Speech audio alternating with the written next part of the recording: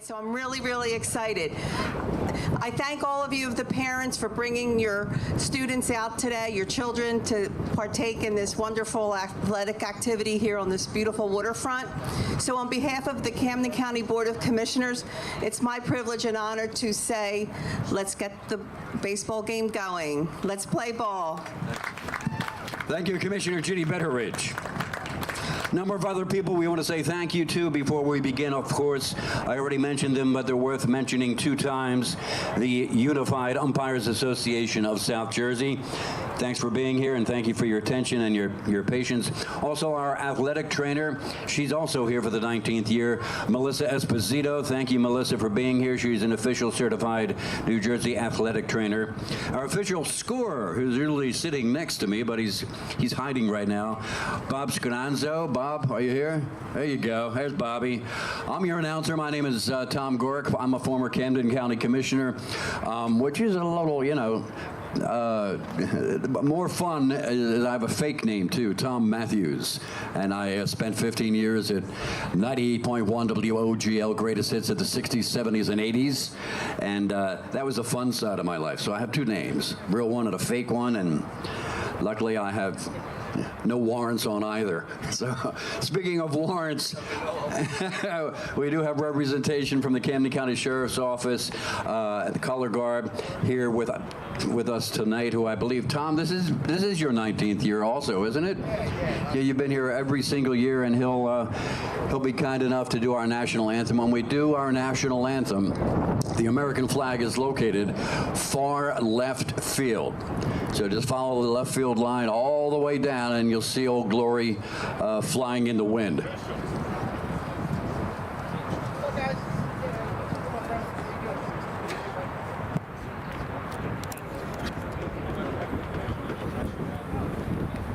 Well, folks, welcome to coverage of the 19th annual Camden County Baseball All-Star Game right here on Dan Wilkins Broadcasting. We've got a wonderful event today. Big thanks to the folks at Rutgers Camden for allowing me to cover this event. We've got a great game today. Got some players from Audubon, Heights, and, the different areas that I cover around Camden County. And obviously, with this being the 19th year of the event and our first live streaming it, we welcome you to the Camden Athletic Fields on a beautiful Sunday night for the 19th annual Camden County All-Star Game. You just heard the opening remarks from our public address announcer. The coaches and the umpires are meeting at home plate. The east side is being represented by DJ Gore and the rest of the Highland coaching staff, while the west team is being represented by Dan McMaster and the coaches of Cherry Hill West and the Lions. Let's go over the rosters for this game. We don't have starting lineups, but when we do, we'll have them broadcast to you via our public address announcer. But there's a lot of different representatives here from a lot of different talented South Jersey schools all around the county. For the East team, there is Jake Maz and Ryan Joseph of CCTS. There's Zachary Chabria and Ethan Haddock of Cherry Hill East, Billy Bentliff and Pat Carvech of Eastern High School, Matt Mullen and Robert Carfagno of Highland Regional. There's Eric Berger and Eddie Bupp of Overbrook, Austin Allen and Christian Ruiz of Sterling. There is Carson McGill of King's Christian, Kyle Leiser of Timber Creek, Aiden Scanlon of Timber Creek, Richie Paglia of Triton, and then Ryan Slider from Winslow Township. And for the western side, again coached by Dan McMaster, along with Nick Caputi and Kyle Bordner.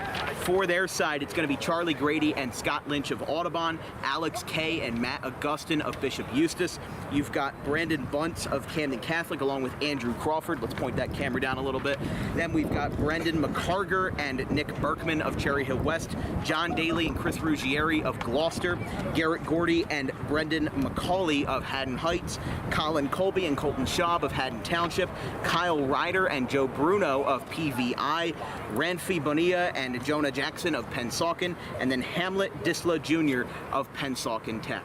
So as the umpires and coaches meet here at home plate, it's going to be a wonderful day of baseball as the sun sets behind us over the Delaware River. This is one of the most beautiful backdrops I've ever had the privilege of doing a baseball game at. So from everybody here at DWB, I've got my producer with me, Brian. Tella, our graphics crew, Gavin Randrell and Caleb Lane. So welcome the coverage of the 19th annual Camden County Baseball All-Star Game. I'm Dan Wilkins. It's going to be a pleasure to have you guys tonight. We'll go to break. We are being live streamed this evening, ladies and gentlemen. This is the first time this has occurred, and we have a good professional group of young men and women who are taking care of the live streaming. And once he gets set up, he'll let us know where to locate the stream. On YouTube, I would presume. Yes. Very good.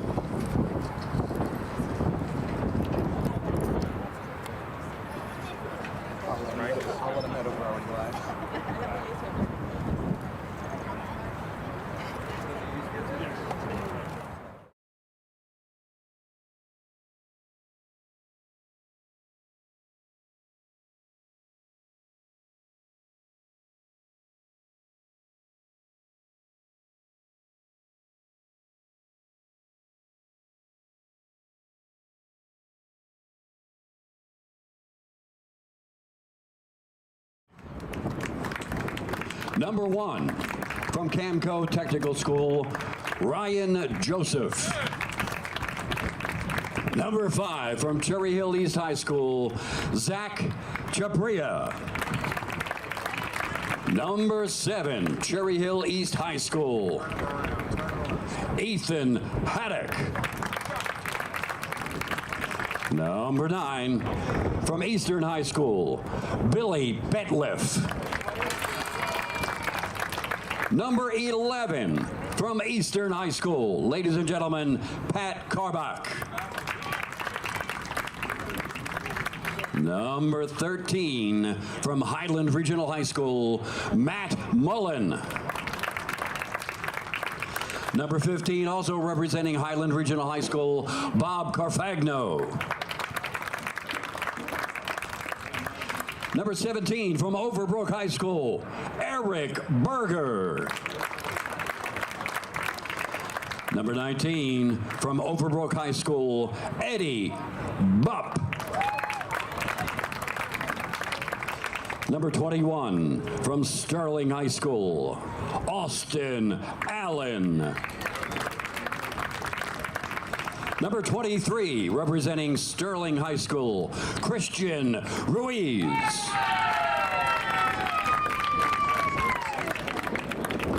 Thank you, Mr. and Mrs. Ruiz. Number 25, from Timber Creek High School, ladies and gentlemen, Kyle Leiser. From Timber Creek High School also, number 27, Aiden Scanlon.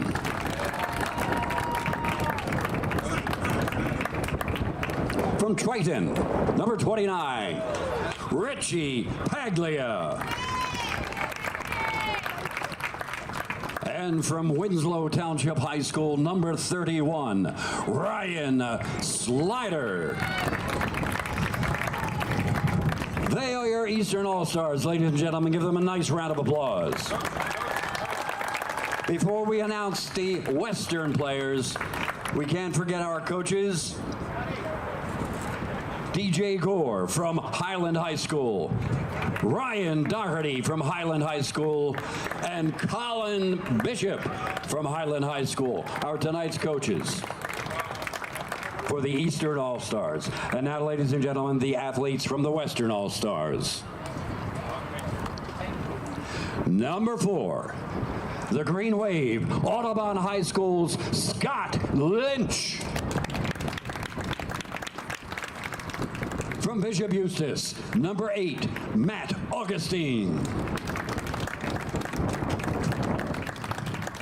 Number 14, from Cherry Hill West High School, Brendan McCargar.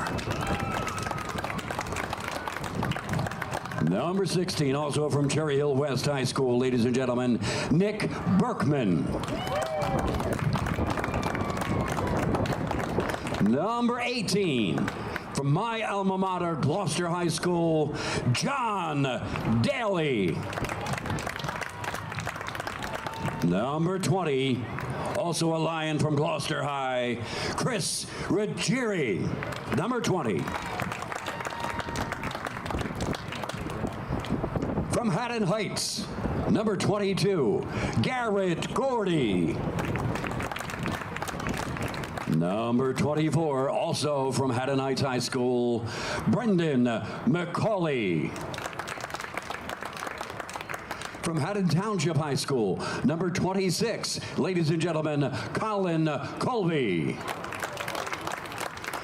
Number 28, from Haddon Township High School, Colton Schaub. Number 30, from Paul VI High School, Kyle Ryder. Also from Paul VI High School, number 32, Joe Bruno.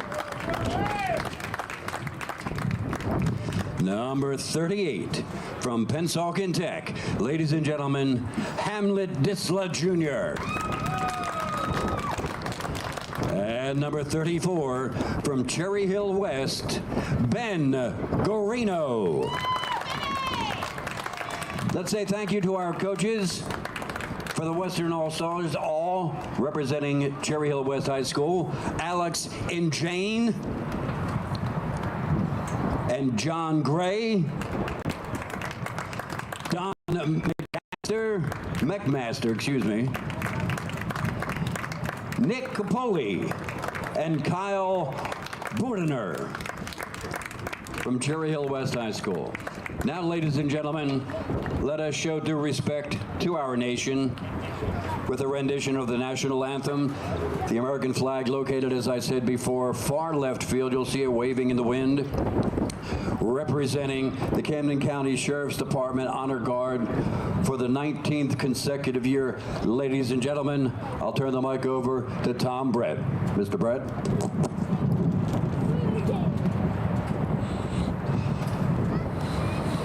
Oh, say, can you see by the dawn's early light what so proudly we hailed at the twilight's last gleaming, whose broad stripes and bright stars through the perilous fight o'er the ramparts we watched were so gallantly streaming, and the rocket's red glare, the bombs bursting in air, gave proof through the night that our flag was still there.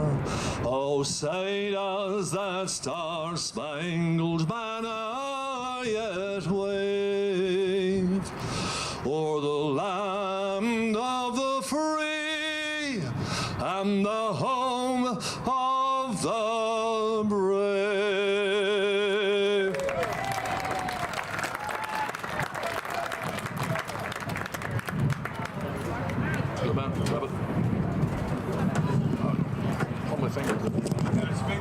I know.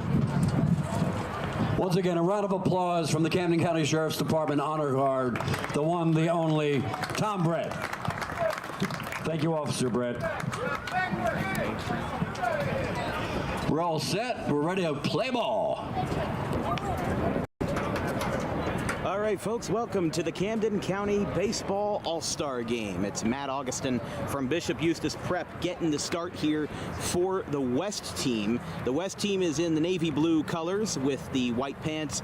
They are coached by Dan McMaster and the Cherry Hill West coaching squad. The East side is going to be in those red jerseys with the white pants. They are coached by DJ Gore and the rest of the Highland squad. So we've got a good one today. Matt Augustin getting the start here from the Rutgers Camden and the Camden Athletic Fields.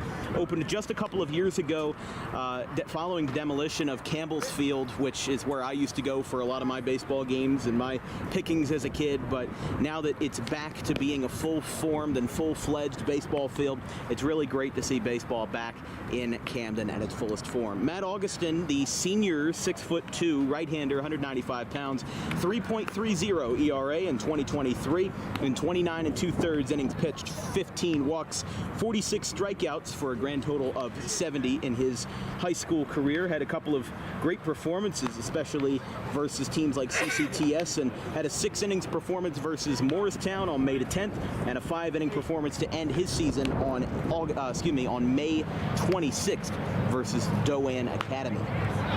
Scott Lynch from my high school of Audubon is at first base. We've got a great group of folks here today from the west and the east, all over the county. This is really where the stars shine the brightest, and that's why we call it the All-Star Game. So welcome, folks, here from the Camden Athletic Fields. Again, I'm Dan Wilkins, your play-by-play broadcaster. We've got our producer, Brian Tortella, out of Paulsboro, and we've got our graphics crew, Gavin Van Rel and Caleb Lane, providing the scoreboard that you see in the upper left hand of your screen. But we've got a Highland hitter leading off here for the east side here in the 19th. Now batting, center fielder from Highland High School, All-Star Game, Robert Carfagno.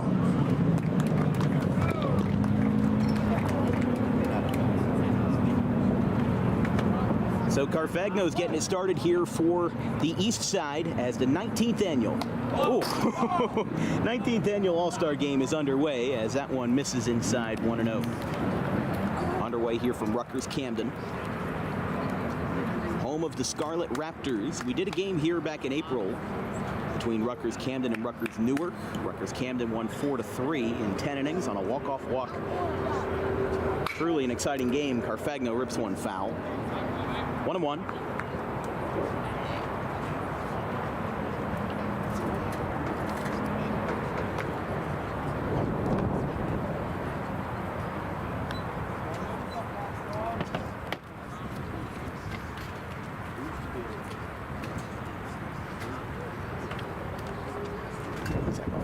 One coming down. 2-1.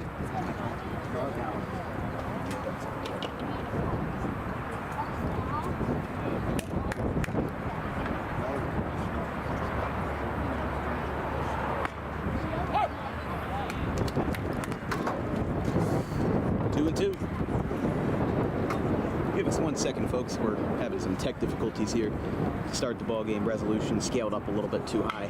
That's a foul ball.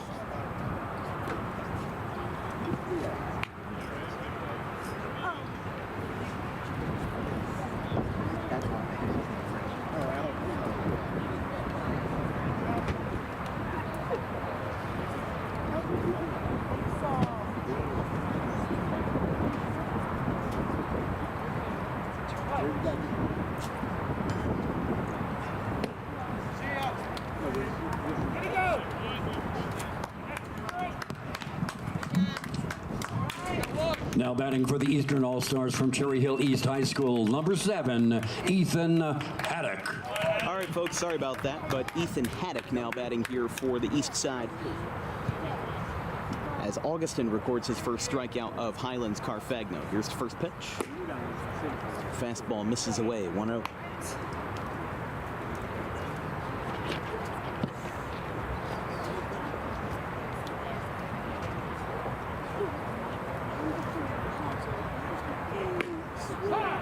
There's a strike, 1-1.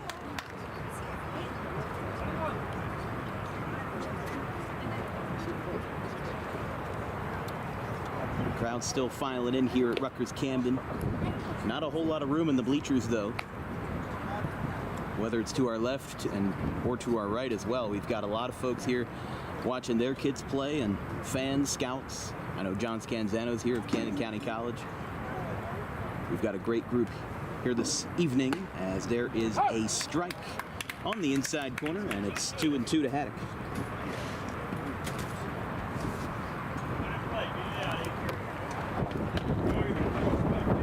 Two. Did not go around.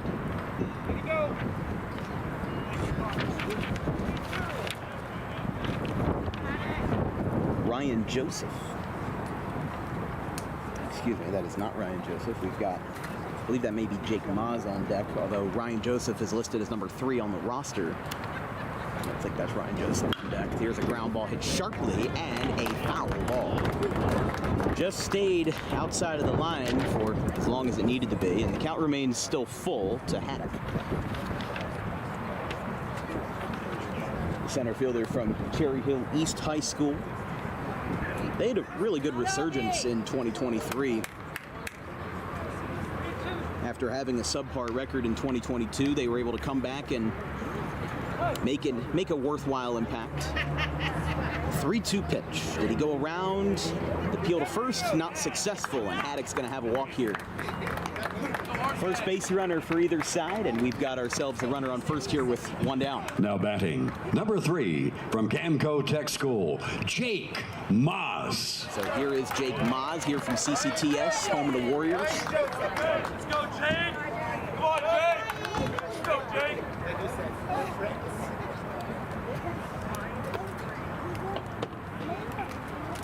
First pitch to Maz is a ground ball lined into right field, a base hit. Haddock is not stopping. He's going for third, and he is going to get in there on a hop. And a base hit off the bat of Maz puts runners on the corners with one down.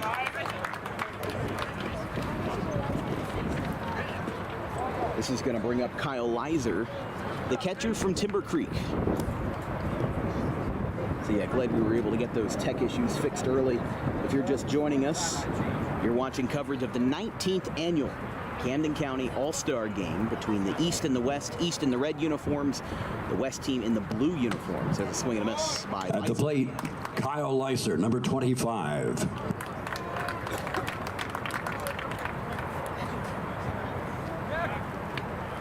Throw back to first, unsuccessful.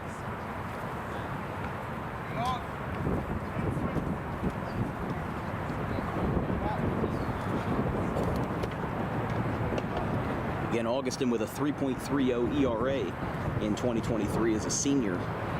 A lot of upperclassmen playing in this game, but here's a throw down to second base, and throw kind of got caught up in the turf a little bit there, lost a lot of steam, and it's going to be an 0-2 count to Leiser, but with runners on second and third for the East side.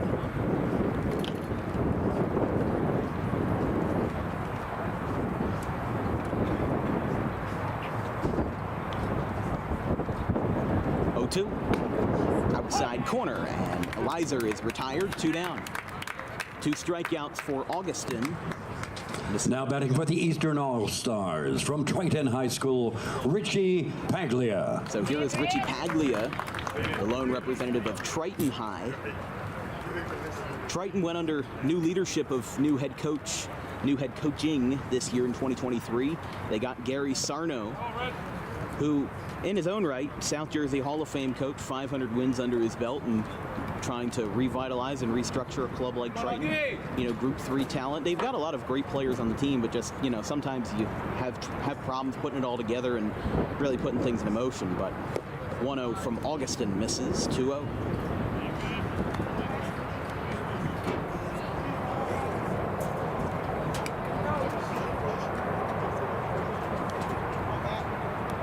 Paglia batting .273 in 2023. 2 homers, 15 for 55, 14 walks, and a .473 slugging percentage. As Paglia is going to be ahead in the count 3-0.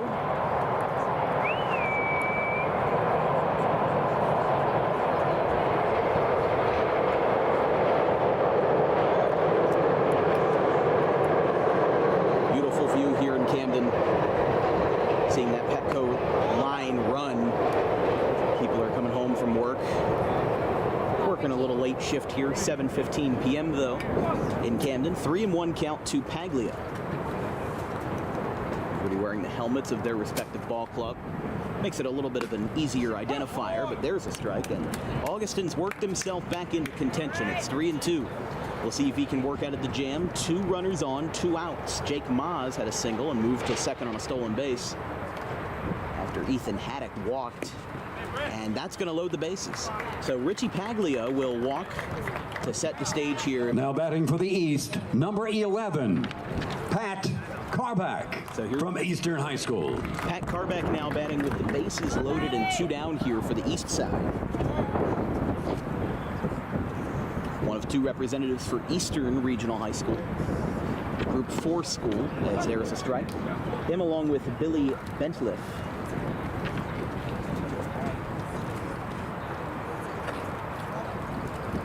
Pat Carback out of Berlin, New Jersey, 280 average, 1 homer, 23 for 82. Oh, and that one hit him right in the foot. You could hear that, and that's going to bring home our first run of the ball game. As scoring from third will be Haddock, and it's going to make it 1-0 East Side. Now batting, ladies and gentlemen, from Overbrook High School, number 17, Eric Berger. Here's Eric Berger, E.J. Berger, as he's sometimes known as, batting with the bases loaded and 2 outs here.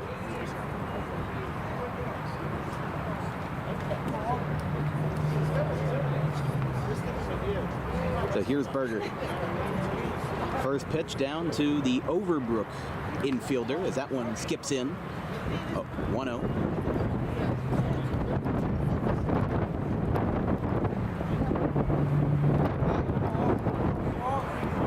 Overbrook along with Eddie Bupp, the 2 Overbrook representatives. It is interesting, though, in an all-star game like this, seeing the congealing of these Group 1 schools with maybe 400, 500 kids as a whole in the building versus like somebody like Pat Carback from Eastern, who is in a school like, you know, the regional high school, the Group 4 school that has 2,000 plus kids, you know, services a whole bunch of different towns. It's interesting to see the comparison, but it's 1-2 to Berger.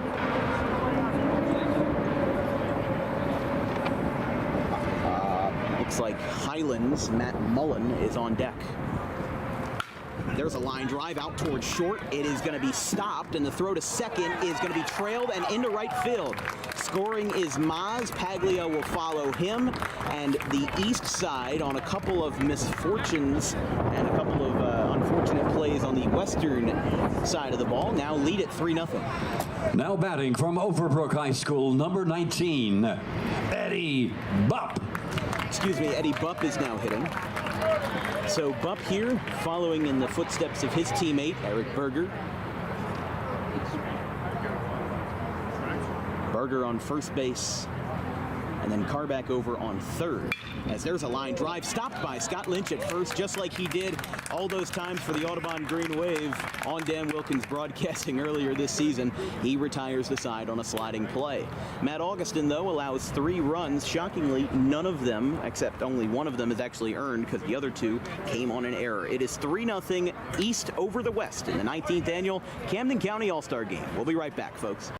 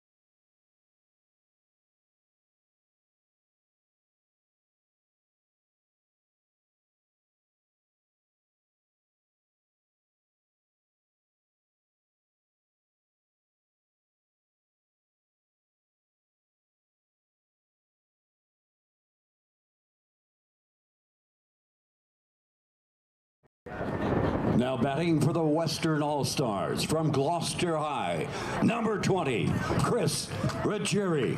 Chris Ruggieri leading it off, and Matt Mullen of Highland High School here getting the start for the eastern side in the 2023 19th annual Camden County All-Star Game. Again, Ruggieri of Gloucester leading it off for the West. Again in that navy blue with the white pants, East in the red, West in the blue. It's a swing and a miss by Ruggieri.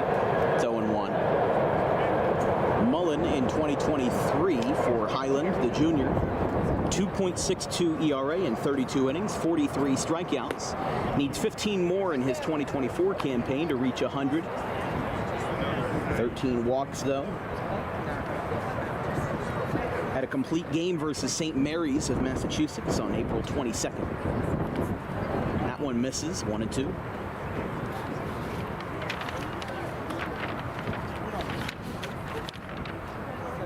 Joe Bruno of Paul Sixth is on deck for the Eagles, who they also had a new head coach in 2023, DM Phillips. Led them to a nice season. They were included several times in our South Jersey Top 25 rankings, which you can find on our Twitter at DW Broadcasting. And that one's going to be a hit by pitch, and Ruggieri takes first for Bruno. Now batting for the Western All-Stars from Paul VI High School, number 32, Joe Bruno. So Joe Bruno batting here for on the side of Paul Sixth. And then our own Scott Lynch is on deck for the Green Wave, again representing the western side. That's a strike, 0-1 to Bruno. But like I said earlier, you know, it is really interesting seeing these conglomerates of schools, you know, playing with each other when, you know, on the field in April and May they may be rivals, but now they're just, you know, playing a friendly game of baseball and, you know, playing in front of some scouts. As we said, Camden County College, Rutgers Camden, and Shepherd College are here. And some of these guys are already committed, like, you know, Scott Lynch, he's committed to Sacred Heart to play football.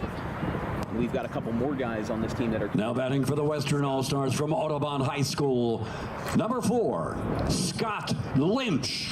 So here's Scott Lynch. He had 2 home runs in his senior campaign, both versus West Deptford in one of those night games that we covered over at Union Field. Throw over to first, nothing going on.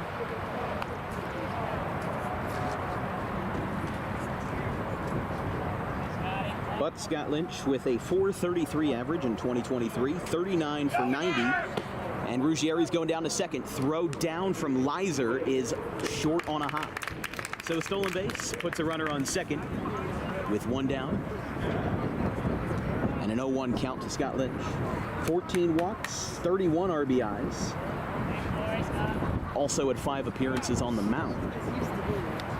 And time is called. So Lizer and Mullen are going to talk this one over. Now, what's funny is that when I did one of my first feature games, that was on April 19th, between Timber Creek and Highland. And the catcher for the Timber Creek Chargers in that game was Kyle Lizer, and the pitcher was Matt Mullen. So now we're seeing them working together instead of working as opponents. They're working as teammates here in this All-Star game. And again, that's what I find really interesting about this whole thing, is that you see these people that when they're playing against each other, they're rivals, but they're teammates today. And, you know, going into the summer, all the state champions have been crowned. Buna lost to Pecanic in the Group 1 final, which is where Derek Jeter went to high school. Pascack Hills won Group 2. Morris Knowles won Group 3. I can't remember off the top of my head who won Group 4, but I know Gloucester Catholic had a dominant win over St. Mary's Rutherford, and then non-public A as well, with St. Augustine getting knocked out as well. So 2-1 count. Mullen, here's a high chopper that's going to go into, oh, what a stop. Throw to first is not going to be in time. I thought that ball was surely going into center field, but it's going to be an infield single. Now batting from Cherry Hill West High School, number 16, Nick Berkman. So here's Nick Berkman of Cherry Hill West. Another team that had a great run in the Group 3 sector. You know, just a couple of years ago, they were South Jersey champs and one of the best teams, not only in the state, but in the country. They were top 100 in the country back in 2019. But here's a fly ball hit out to straightaway center. And under it and making the catch. And now here comes Ruggieri to the plate. The throw is wide. And that's going to be a run for the West as it's 3-1. And Scott Lynch gets to second base. So now batting from Pennsauken Tech, number 38, Hamlet Disla Jr. So Hamlet Disla Jr. now batting from Pennsauken Tech.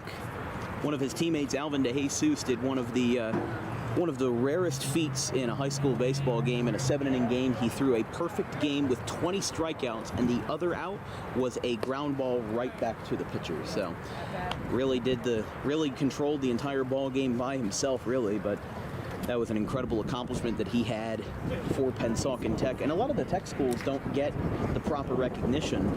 But here's a line drive into left center field. Lynch is going to round third. He's going to try to score, but he's going to get held up on a strong throw from left center. And that's going to put runners on the corners on the single. Now batting from Cherry Hill West High School, number 14, Brendan McCargar. So here's Brendan McCargar here for Cherry Hill West after the base hit by Pennsauken Tech's Hamlet Disla Jr. But as we said, it is no light feat.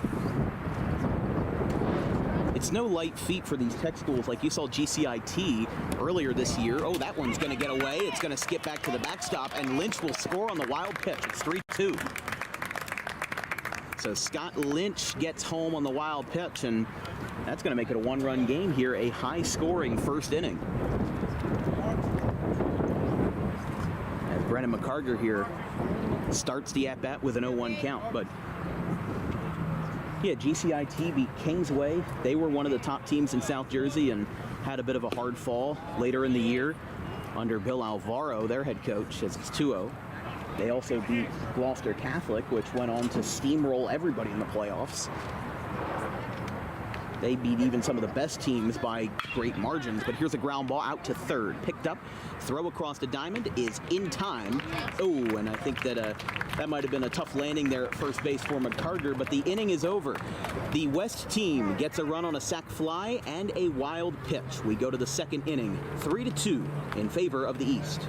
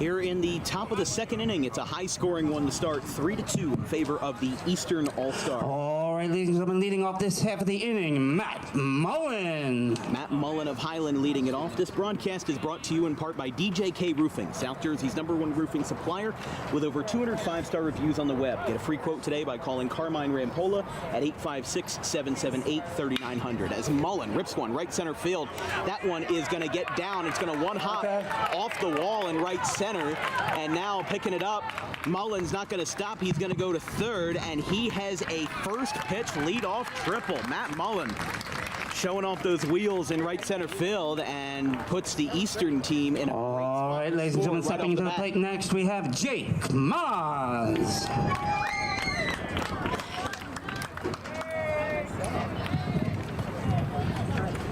So this is Ryan Joseph of CCTS. They got the jersey numbers mixed up in the program. Jake Maz already hit. He had a base hit back in the first inning, but Ryan Joseph takes a strike. 0-1.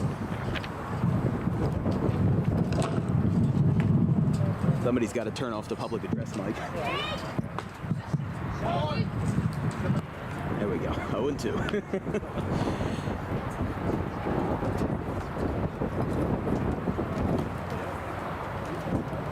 Augustin delivers.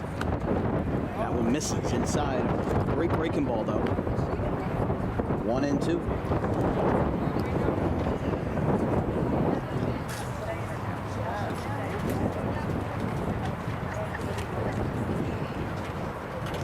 One-two pitch. Swing and a miss. And Augustin records his third strikeout of the afternoon, or evening rather. It's going to be one down here, with a runner on third, as it's going to be Christian Ruiz of Sterling batting. That one is a ball high and inside, as Christian Ruiz of the Silver Knights, again under the leadership of a new head coach, Tad Kozanowski, the head coach of the Sterling Silver Knights, also runs a TV program at Sterling High School. I know Channel 19 puts on some stellar productions of South Jersey sports. The only difference is that theirs is school funded and mine isn't, so makes a world's difference, but it's 2-0.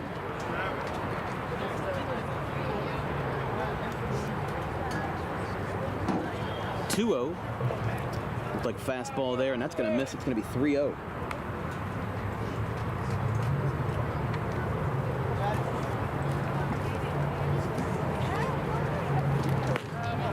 There's a strike. 3-1.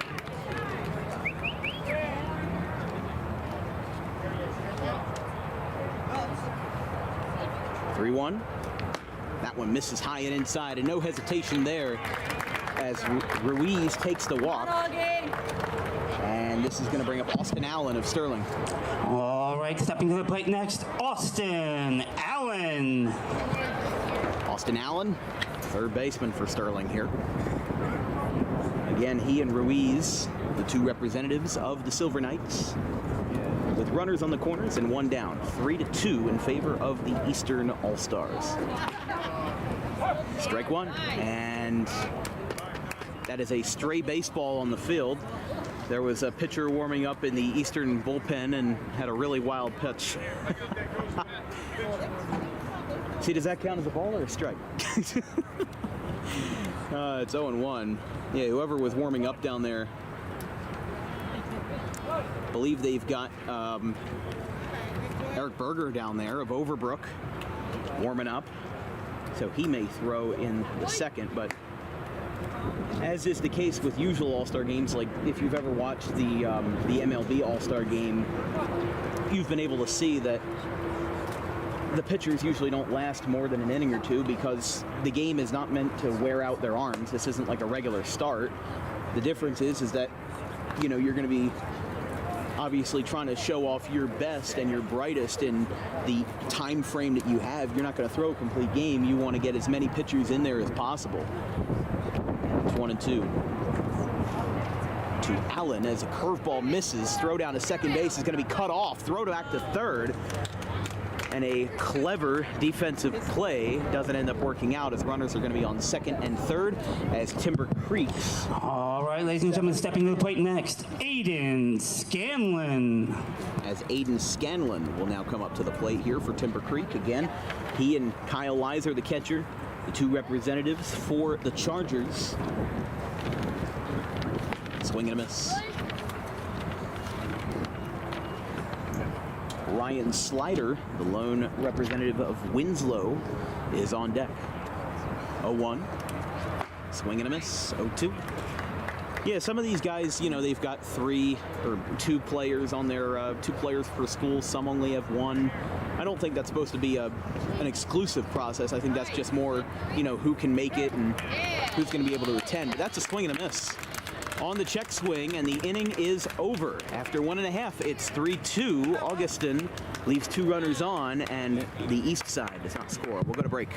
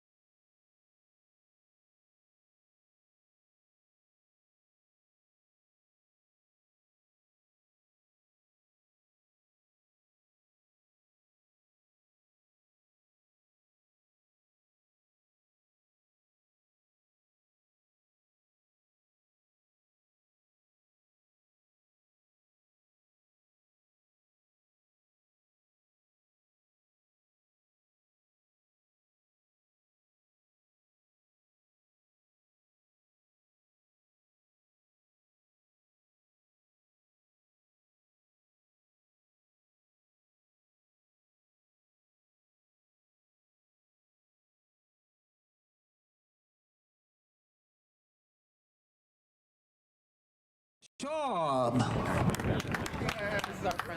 Beautiful view of the Walt Whitman Bridge here, or actually no, that's the Ben Franklin Bridge, excuse me. I'm so used to taking the Walt Whitman over to get to Philly, but that is the beautiful Ben Franklin Bridge. Served as the backdrop for many decades for the Camden River Sharks Independent Ball Club, but now it's found a new life aesthetically in Rutgers Camden, and the site of today's 2023 Camden County All-Star Game. New pitcher for the East, it is Eric Berger of Overbrook getting the appearance in relief as we said, 3-2 here in the bottom of the second inning. Both teams got on the board early in the first, and then things kind of slowed down a little bit. But as we said, it's going to be Colton Schaub of Haddon Township who's going to be getting the first hacks at it in the bottom of the second inning. I think there could be a reason why there's so much of a high-powered offense in today's game, especially considering that, 3 runs in the first for the eastern side, 2 runs in the first for the western side. This could very well be a high-scoring game, and I'll tell you why. Not a lot of these teams are used to playing on turf. So a lot of these pitchers, the only time they would use turf is when they're at a training facility and they're throwing off of a turf mound. But I would say that out of every single team on this list, I don't know a single one that plays their home games on a turf field. So that can create a kind of a ripple effect, as there's another baseball that's made its way onto the field.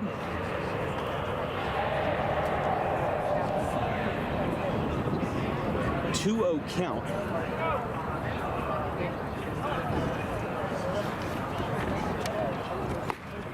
As there is a strike. 2-1 to Schaub. Had a nice catch when we were in town versus Haddon Township, Audubon and Haddon Township. It was a very nice catch he made in center field, leaped over the outfield fence to make the play. 3-1 count to Schaub. That one misses. And a 5-pitch walk, as this will now bring up. All right, ladies and gentlemen, now stepping to the plate, Colin Colby. Colin Colby batting here. 7:38 Eastern Time here from Rutgers Camden at the Camden Athletic Fields. We welcome you if you're just joining us.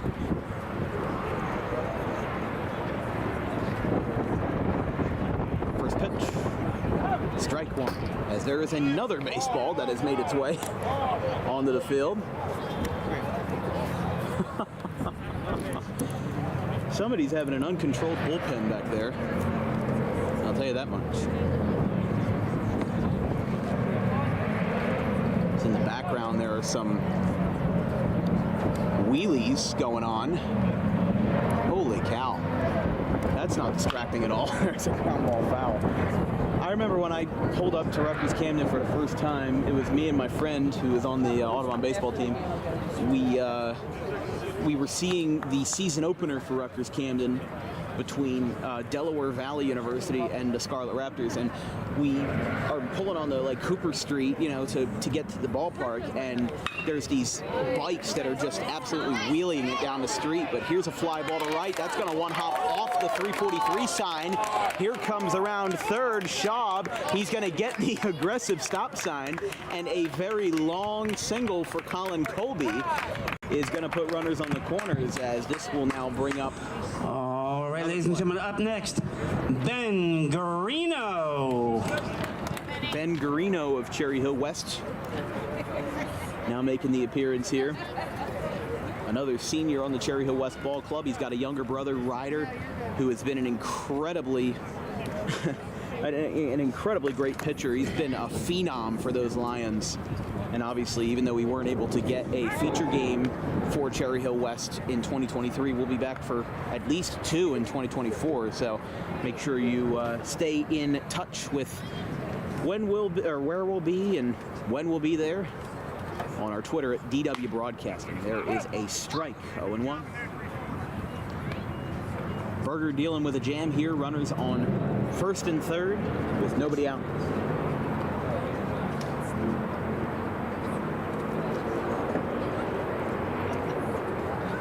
One pitch. Good ability to trap that ball behind the plate, but it's 1-1. Especially considering that the West team already got a run in the first on a wild pitch. Don't want that happening again. 1-1. That one is another trap, and it's going to remain intact and in play.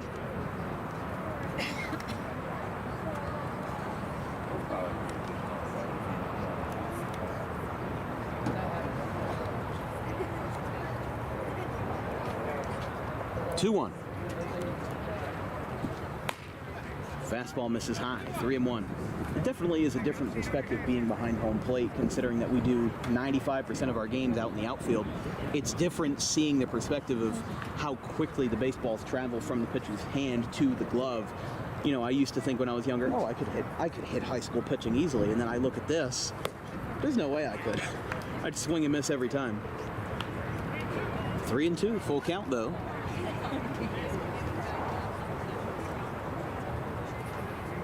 As Garino gets to work here on the full count.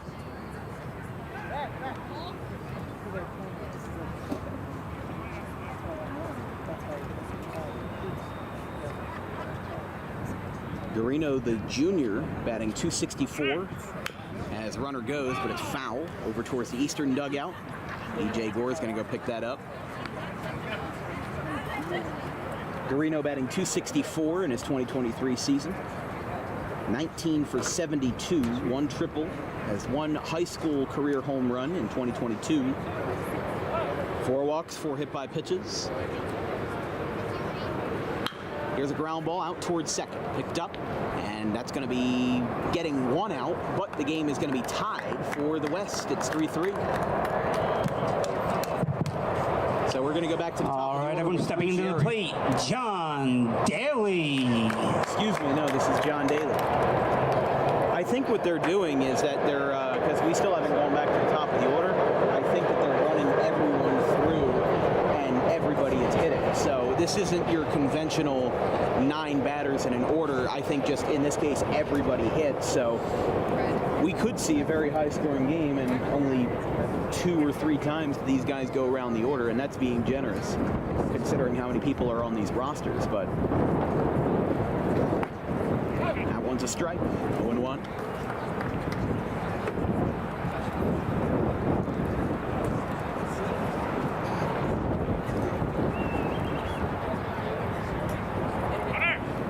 Runner goes. Throw down to second base is a nice rainbow, and it is not in time. A stolen base by Garino. Did a nice round of applause there by the fans. As again, 3-3 ball game and a 1-1 count to John Daly. Excuse me, 0-2 count. As Augustin of Eustis Prep is on deck.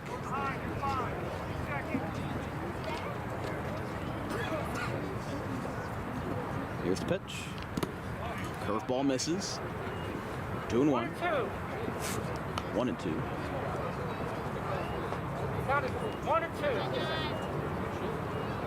Umpire had to remind the score of what the count was, and I don't think they got the message first time. It's all good now.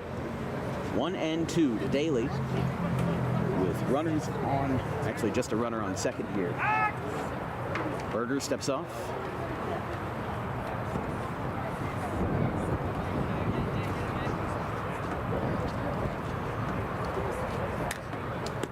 Misses down, 2-2. As the sun continues to kind of go behind the clouds a little bit there. Beautiful sunset.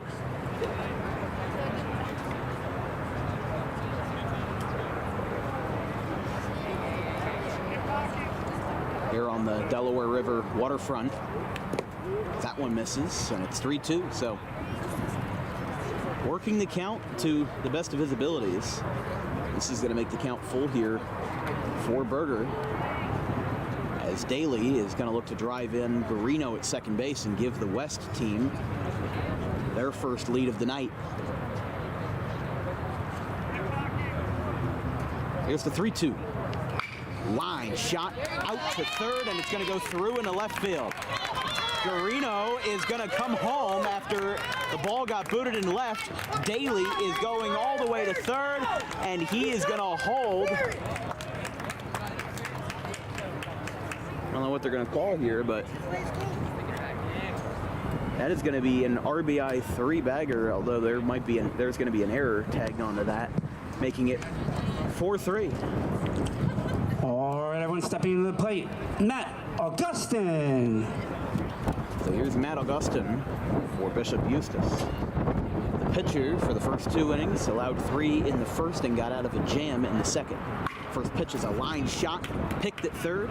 Throw across is not going to be a good play, as scoring is Daly. Getting to second base will be Augustin, as this darn fence is continuing to blur out our cameras. But all right, ladies and gentlemen, stepping into the plate, Brendan McCarger.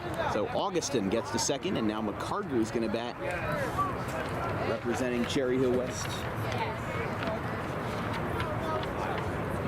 Yeah, it's 5-3 in favor of the West. So, excuse me, this is Brendan McCauley of Haddon Heights. And then Kyle Ryder of PVI is on deck. Here's a ground ball out to third. Throw across, and he'll tag the bag there with a little bit of extra time to spare. Nice play there by Chabria to be on his heels and alert, but here stepping in the plate next, Kyle Ryder. So Kyle Ryder here,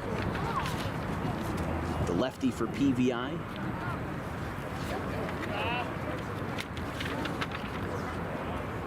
Will be followed by Garrett Gordy of Haddon Heights, who's on deck.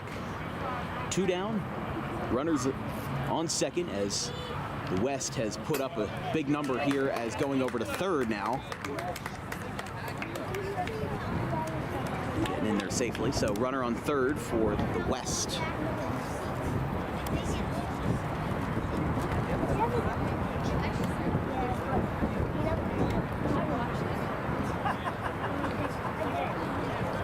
If you're just joining us, 5-3 here in the bottom of the second inning. High score in All-Star game as that one skips away, but Augustin is going to hold it third. So Ryder here looking for another RBI.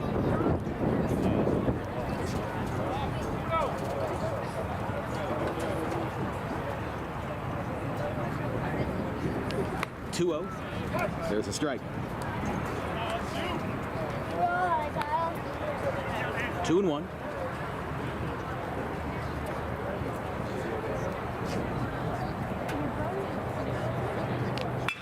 Here's a ground ball out towards first, and it's going to go into right field. RBI single for Kyle Ryder. Scoring is Augustin, and now the West All-Stars have jumped out to a 3-run, 6-3 lead. Approaching the plate, Garrett Gordy. So here's Garrett Gordy of Haddon Heights. Of course, Haddon Heights last year had an incredible run to make it to the Group 2 final, where they lost to Ramsey. They beat Rumson Fairhaven in the process. This year, still was pretty fortunate, you know, second or third in the power points. They were a very good team. Eric Newell, of course, a great head coach, and they're going to be losing some great guys this year, but you never know, honestly. With the Colonial Conference, it's New Jersey's, smallest conference with only 10 teams. They used to have 12, and then Lindenwold gave up their baseball team a little while ago, and Woodbury hasn't had a full season in a couple of years. Although it is interesting seeing the pitchers who usually don't bat hitting in the order. Kyle Ryder did not have a single at bat in 2023. Garrett Gordy only had one. They were mostly POs, or pitchers only. That's what that word refers to. So I think they're really making the point of hitting everybody that they can, you know, kind of throw everybody into the kitchen sink and be able to hit it. But looks like this is the last hitter on the agenda, as Chris Ruggieri is on deck. So we would be going back to the top of the order, but we'll see if that's in the second or if we'll have to wait until the third, as it's a 1-2 count. There's a strike on the outside corner, and Eric Berger retires the side, but a big comeback effort makes it 6-3 in favor of the West after 2.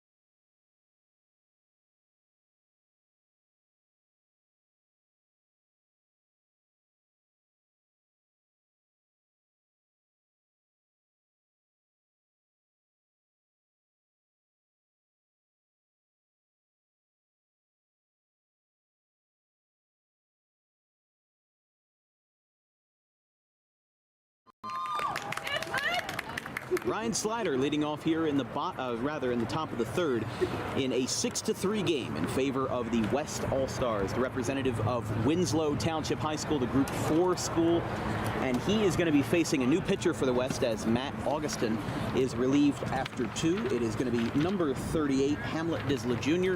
of Pennsauken Tech, facing off versus the Winslow representative as Slider is going to bat here to lead off the top of the third. 6-3 West, and the first pitch is a swing and a miss. Hefty hack there by Slider.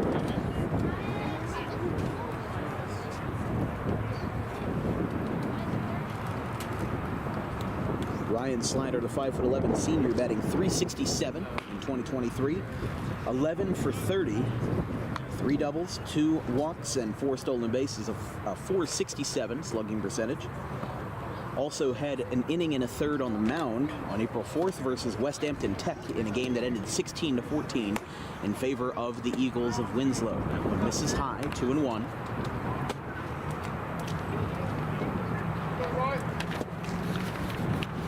Looks like on deck for the east side is Billy Bentliff of Eastern High School, number 9. That one misses away.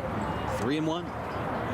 I told you it was going to be a high-scoring game. I think a lot of these players aren't used to the turf, especially since they're used to playing on grass fields. And also, along with that, you know, these guys are less worried about laying their bodies all out on the line for defense. As here's a high drive out to center field, and it is gone. A solo shot by Ryan Slider. Drills it to right center field, and it's a long ball for the East. They cut the deficit to 2 as Slider, with his first homer as a high schooler, it is 6-4. What a shot right center field. Wow, how about that, ladies and gentlemen? A home run by Ryan Slider. Wow. And stepping into the box, Billy Bentliff. So Bentliff with a home run, and I think somebody on the street threw the ball back. I mean, that's no cheap ball either. That's 401 feet to center field. That ball went at least 415 feet with a metal bat. And remember, he didn't have any home runs for Winslow. I don't know if Winslow is a pitcher's park or not, but I wouldn't call this a pitcher's park for high school, or a hitter's park for high school baseball at all. So that was incredible there off the bat of Slider. It's outside, 2-0. Yeah, Slider had 2 doubles during the season, no home runs, and was able to get a charge on that ball. That one's up high. But Winslow, being a member of the Olympic Conference, went 2-17 under Tyler Bailey, with their 2 wins coming against Camden High and West Hampton Tech. So a bright spot on that team. There's a swing and a miss, 3-1. Hamlet Disla Jr. getting back into the swing of things a little bit now. Trying to get a little redemption. It's 3-1.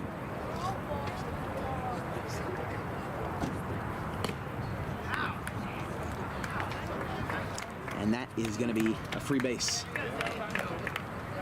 So we're going to have a mound visit here with Disla.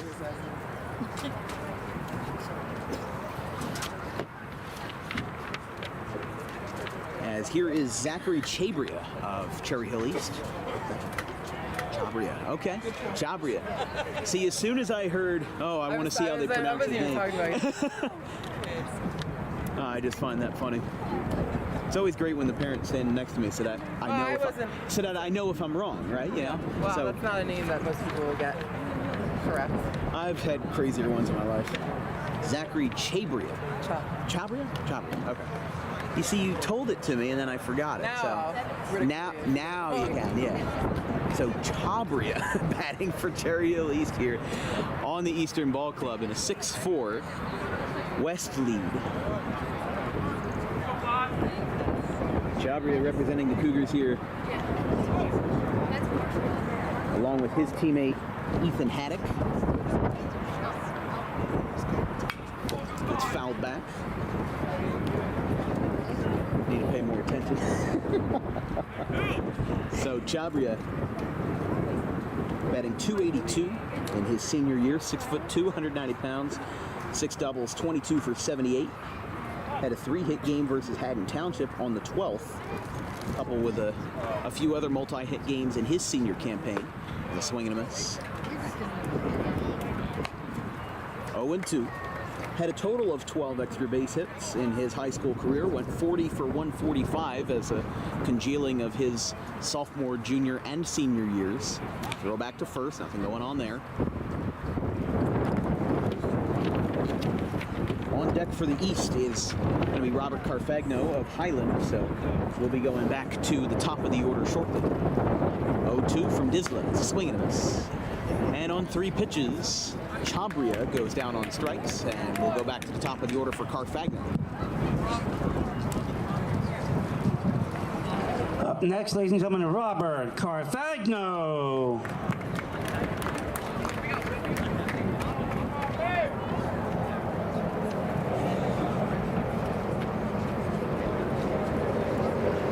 First pitch going down to second base. Here comes a strong throw from behind the plate, but it's not in time. That'll move the runner over to second base.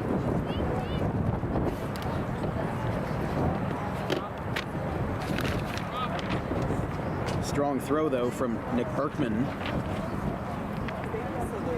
Runner on second for the East as they look to chip away at the deficit. They already did on that home run from Ryan Slider.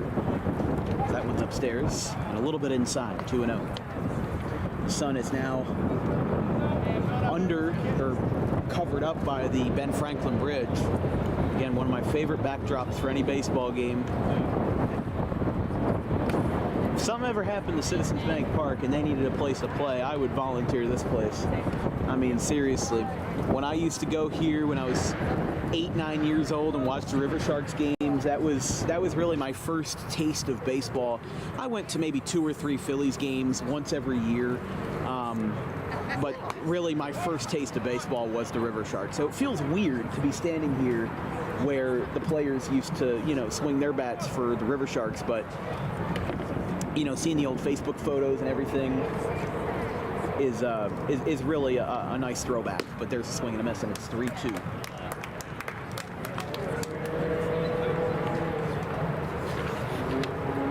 Ethan Haddock, he's on deck for the East, and he'll be followed by Jake Maas, who had a single representing CCTS back in the first. 3-2. Strike 3 on the outside corner. Back-to-back Ks for Disla, and this brings up Ethan Haddock of Cherry Hill East.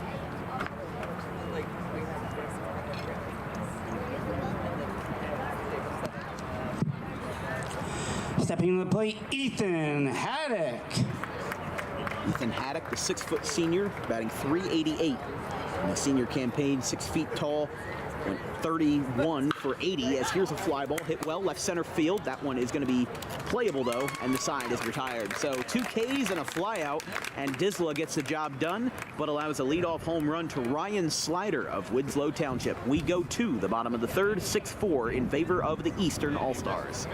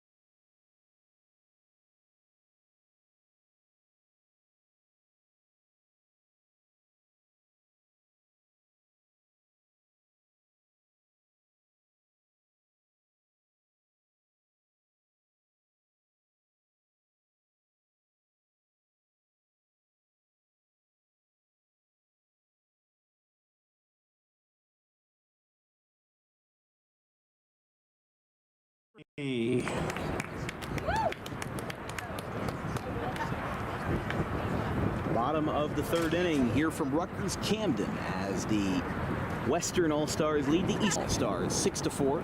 You're watching coverage of the 19th annual Camden County All-Star Game presented by Dan Wilkins Broadcasting. If you have any questions or comments about today's broadcast, drop me a line at thedanwilkinsshow@gmail.com. The first pitch here in the bottom of the third to Ruggieri is a strike. It's 0-1. New pitcher for the Eastern Ball Club. That's number 27, Aiden Scanlon of Timber Creek. As the 0-1 pitch, breaking ball foul.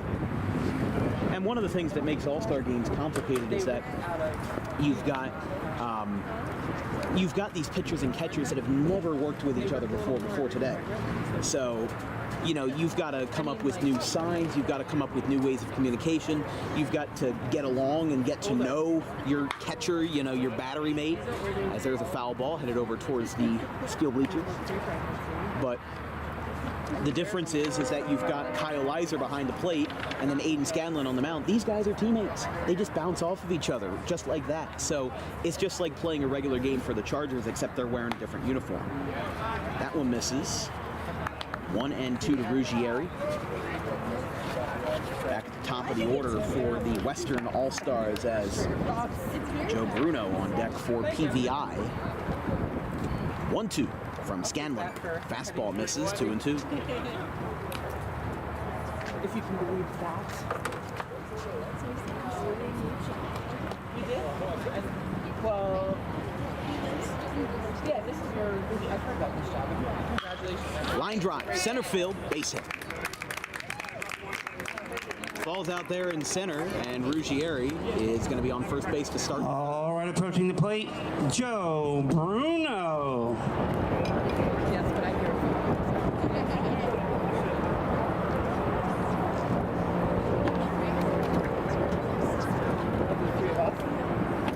me. Joe Bruno batted .225 in 2023 as a junior, 5'7", 155. And now And the throwback to first, nothing going on there. 16 for 71 with 3 doubles, 11 walks, and a .268 slugging percentage. But like, Had a 3-hit game versus Clearview in a game that PVI won 12-1. so like when I really want an answer or like want to know something, I call Outside. her. And as we said, Paul Sixth thriving under the leadership of their new head coach, DM Phillips. They had Gary Sarno last year, and as we said, he made a name for himself in PVI, but now he's moved over to Triton. But DM Phillips led the team to a 17-9 record. And they lost in the quarterfinal round of the South Jersey non-public A tournament to St. Joseph's Metuchen, beating Immaculata. But they had a good streak, you know. Beat Camden Catholic. They beat Cherry Hill West 11-1. Throw to first. Cherry Hill West made it all the way to the Diamond Classic semifinals, losing to Delsey.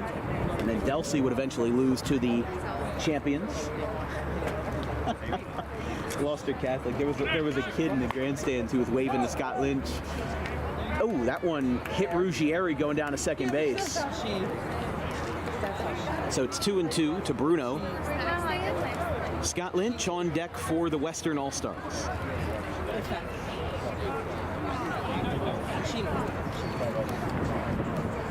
We'll try it again, 2-2. Swing, miss. Scanlon records a strikeout of Bruno, and there's one away for Scott Lynch here in a 2-run ball game.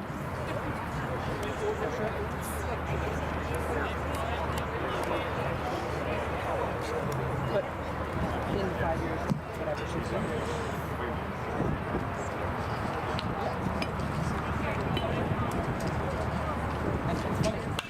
Foul. 0-1. Oh, wait, hold on. Nope, that's going to go out of play. All right, my apologies, ladies and gentlemen. Up next, Scott Lynch. Somebody fell off the picnic table trying to get that foul ball. Hopefully they're all right.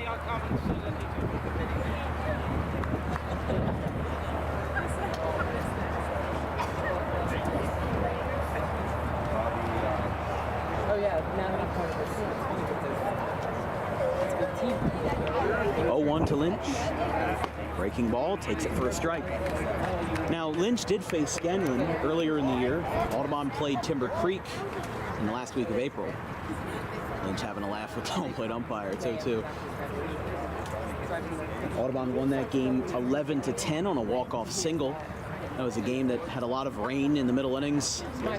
That one skips away, going to third at Ruggieri. And he'll get in there with ease, so it's 1-2. But Audubon was up 9-1. Looked like they were on the road to an easy mercy rule, and then Timber Creek came back, tied the game. Audubon blew a 9-run lead, and then they won the game in the bottom of the 7th on somewhat of a scoring discrepancy, but that's how it stood, 11-10. That one skips away, and after back-to-back wild pitches, the West get another run. It's 7-4.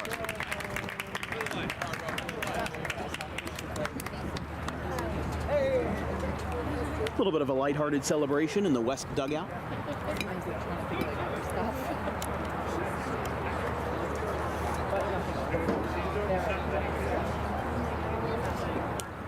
But these guys just kind of bounce off each other, really, you know. I've said before that even though these guys aren't used to playing with each other, the key difference is that you got to remember some are travel teams, and the fact that you know, when you're playing with these guys, it's a matter of being able to, you know, kind of cling off each other when you're playing on similar teams. But when it comes to the high school season, you're playing on completely different ball clubs. But Scott Lynch is going to walk here. 1 out and a runner on first as McCarter of Cherry Hill West is going to bat.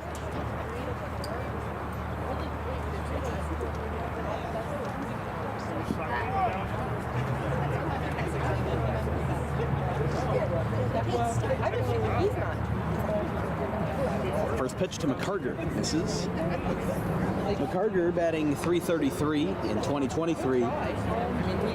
The sophomore, or excuse me, the senior, excuse me. 26 for 78. There's a swing and a miss. 1-1. .333 average. Had 1 home run in his junior year last year. In his career, 43 for 137 with a career batting average of .314. On 1 pitch. Check swing doesn't go, and that's going to be an uncontested stolen base by Scott Lynch. He didn't have many of those with Audubon, but Audubon also was a team that wanted to steal bases all the time, and that was last year's strategy, and then this year kind of changed it up a little bit. Kept their slower runners on base, and there's a ground ball out to third, and it is booted. Lynch is going to go to third to an unoccupied bag, and he is safe. He got out around the tag. And that is going to be an E5 on the Eastern Club as McCarter gets aboard for Cherry Hill West, talking with his coach at first base. And he's Stepping to the plate, Hamlet Disla Jr. So here's Hamlet Disla Jr. of Pennsauken Tech now batting. We ended up not staying which you were yeah, she went no matter what. Scanlon is going to throw over to first. Nothing going on there.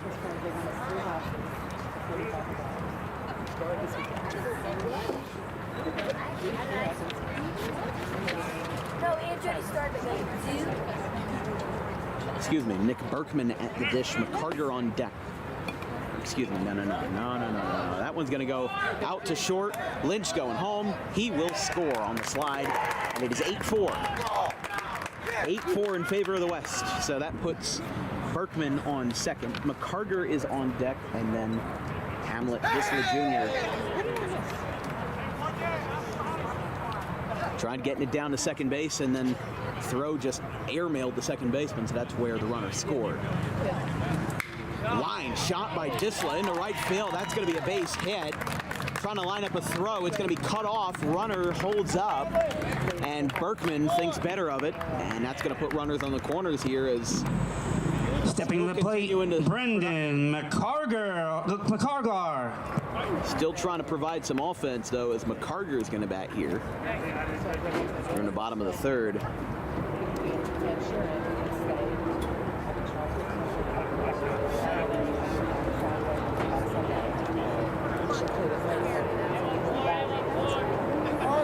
Four-run ball game in favor of the West. It is 8-4. There are parts of that drive. I didn't Well, misses 1-0. Once you get to a certain point of that drive, Colton Schaub on deck for Haddon Township. Misses downstairs, 2-0.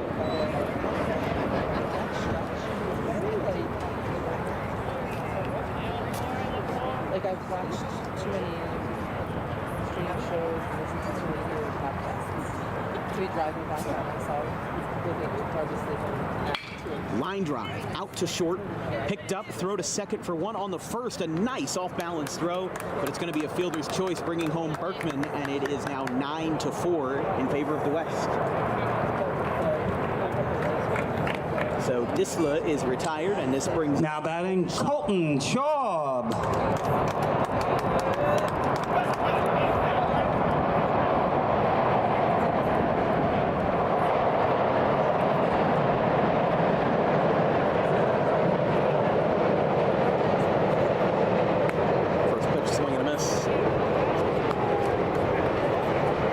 try to get the shots of the trains whenever I don't know if I have ADHD or something, but it's just I always find it fascinating. Even when we play in Collingswood and we get a game there, it's always nice to see those guys talking around and seeing the Patco line run through. And then you see all these signs about it. 0-2 count with 2 down and 3 runs plated for the West in the bottom of the third. That one is going to be outside. Throw down to second base is going to be short on a hop.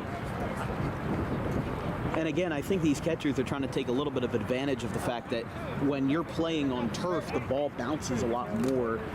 You see a lot of ground rule doubles on turf. You see a lot of throws down to second that are short hopped, but that actually helps because of friction and momentum and everything like that. Other sciencey terms that I never bothered to learn, but it's more of a matter of, again, the playing surface that you're playing on.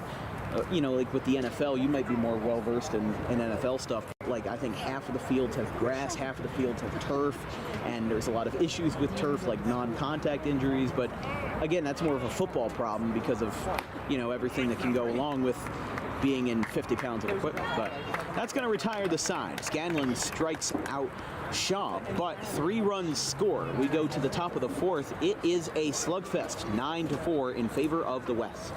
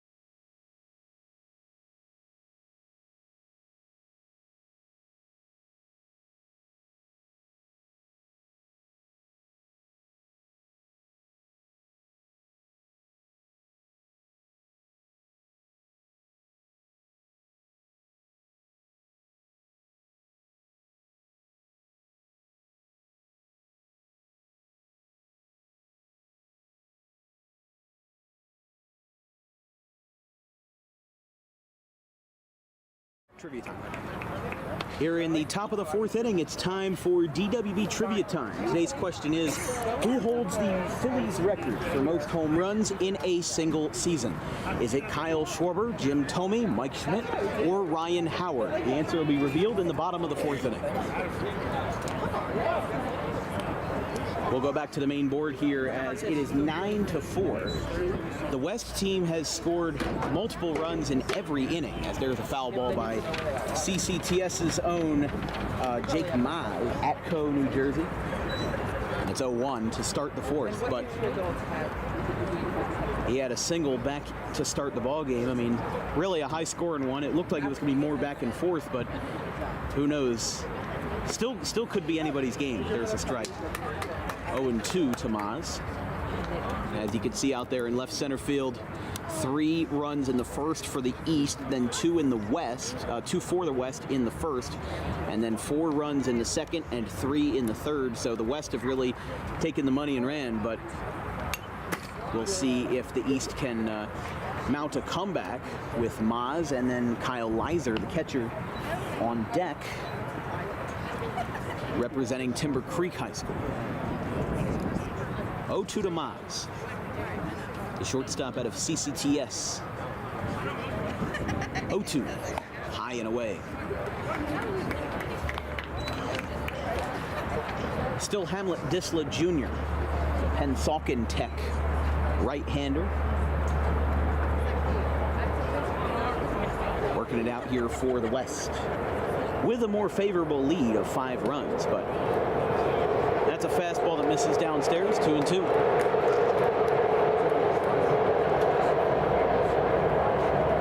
Not really a whole lot of wind, really a beautiful night.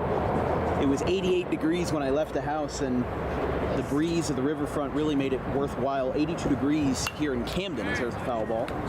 Partly cloudy skies, wind blowing to the south direction, which is actually blowing in. Actually, no, looking at the flags, it is blowing out the center field, but blowing south at 10 miles per hour, low humidity, which, not to say that wind is why the Winslow Township player Slider hit the home run, but sometimes the riverfront really can carry the baseball, but it's 2-2. Oh, Maz rips one. That was out of the strike zone, but he gave it all. He gave it his all right there. Still 2-2. Again, Leiser on deck for Timber Creek.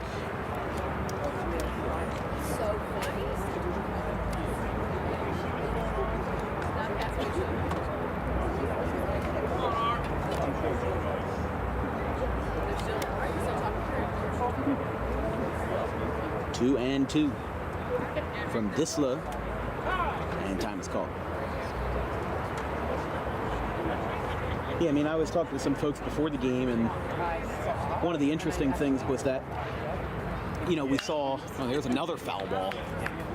Maz continuing the battle as that one goes into the street, but the interesting thing was I visited San Francisco last year, visited the Giants ballpark, got to see the Giants play, and it was the second week of August, and people were wearing parkas and sweatpants, snow boots, everything like that. Oh, that one's going to hit him right in the back. As he is going to take that ball with pride, and he's going to get down to first base. He really worked for it, though.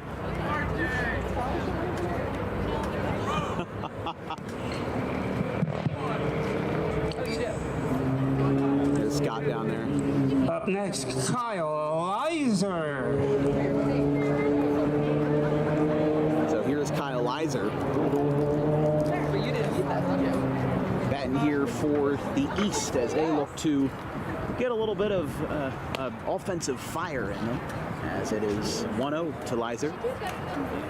Richie Paglia of Triton is on deck for the East. It's 9-4 in favor of the Western All-Stars.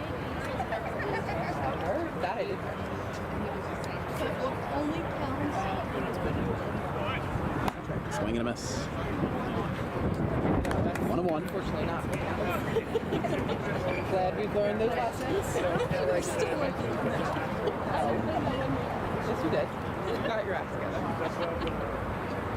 Learned. Fouled off by Leiser. 1-2. Bring it back.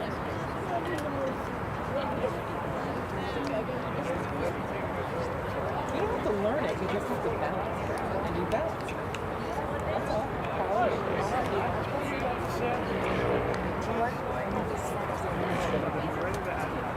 Yeah, that's okay, thank you. Outside, 2-2.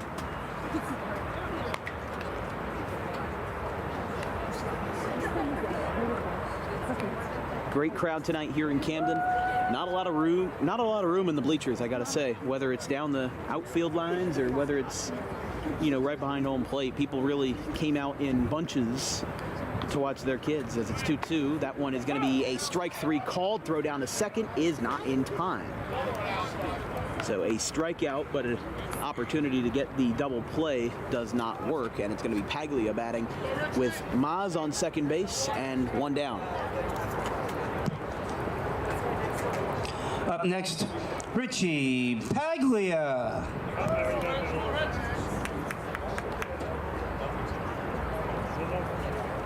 to Paglia, the senior, 5'10", 185, 273 average. For Triton in 2023, as that one misses upstairs 1-0. 15 for 55, 2 homers, 14 walks. Had those home runs on back-to-back games versus Highland and Ewing.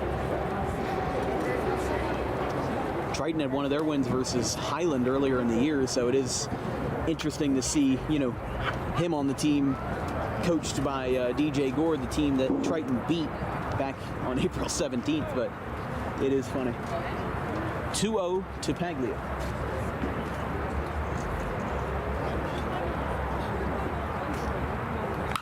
Foul back. That one's headed for the warehouse. 2-1.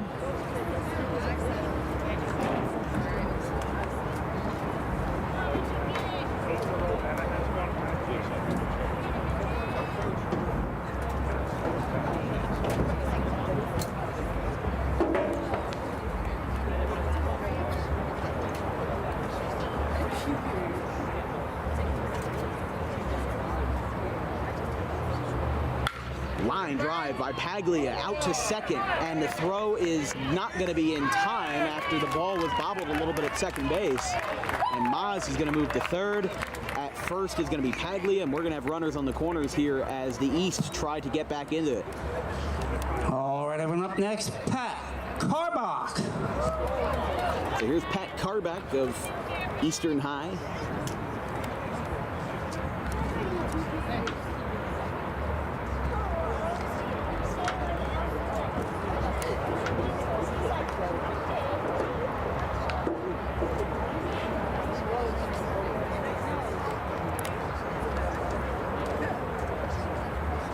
About 8:26 p.m.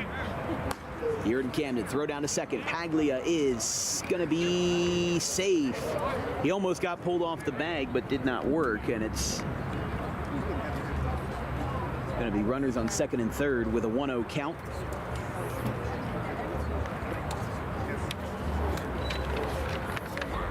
To Carbach.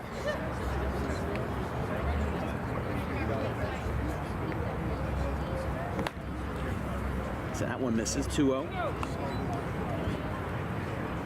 By the way, for the history of this game dating back to 2003, with the exception of 2020 not having a game, or in 2021 due to COVID-19,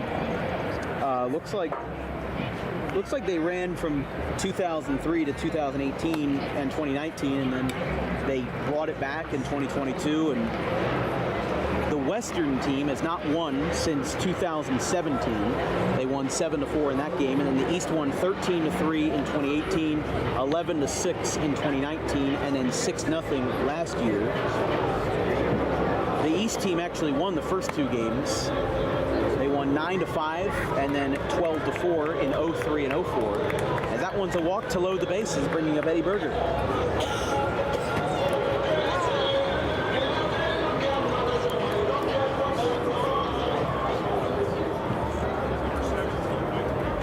Pitching visit here versus Disley.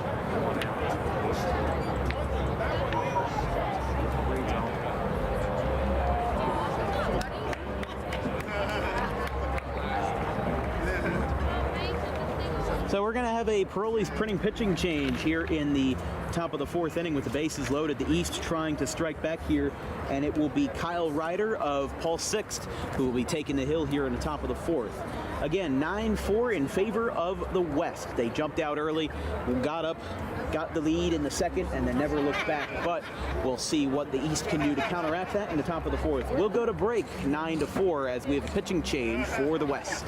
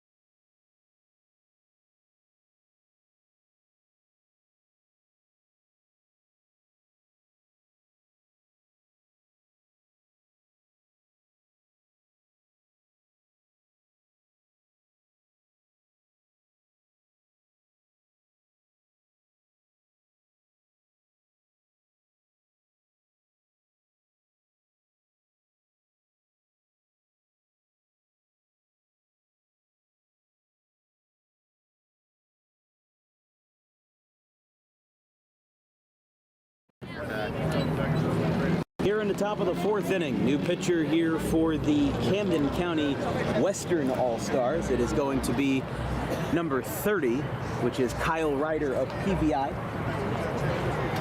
Sorry, I had to hop over some equipment to get to my booth, but Kyle Ryder sporting the number 30 for the Eagles, or for the Western Club, but representing on behalf of the Eagles.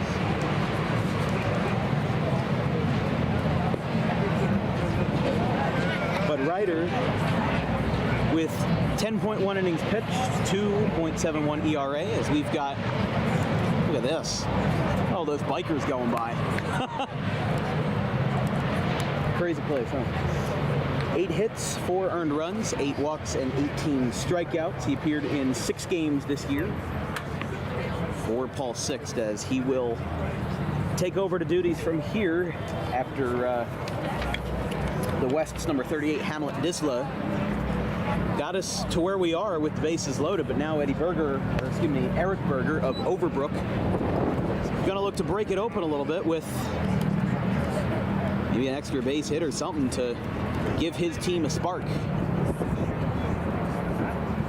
As starting to get closer to nightfall here, 8:31.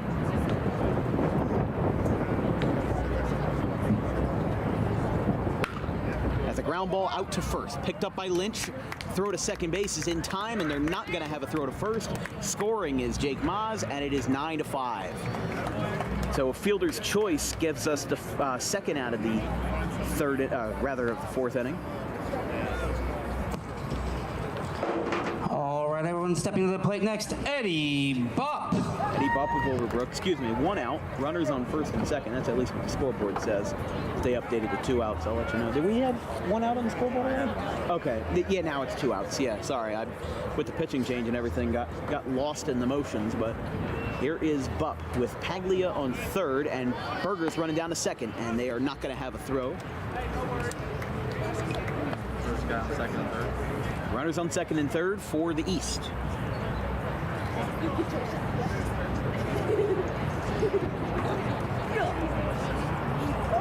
Oh, 1.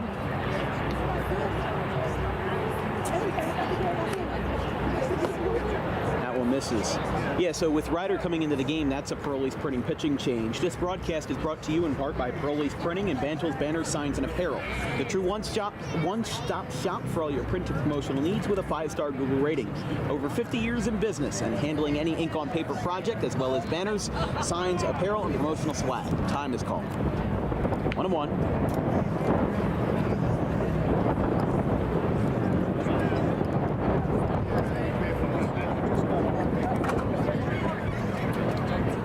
Runners on second and third. Paglia on third. Berger on second. The East trying to get a run back or 2 at least.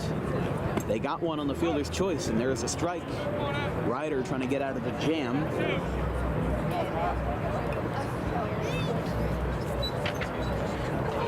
If the inning were to continue, Matt Mullet is on deck representing the Highland Tartans. 1-2. Oh, took a curveball and absolutely roped it foul. He got ripped out of the box. Good grief, it's still 1-2.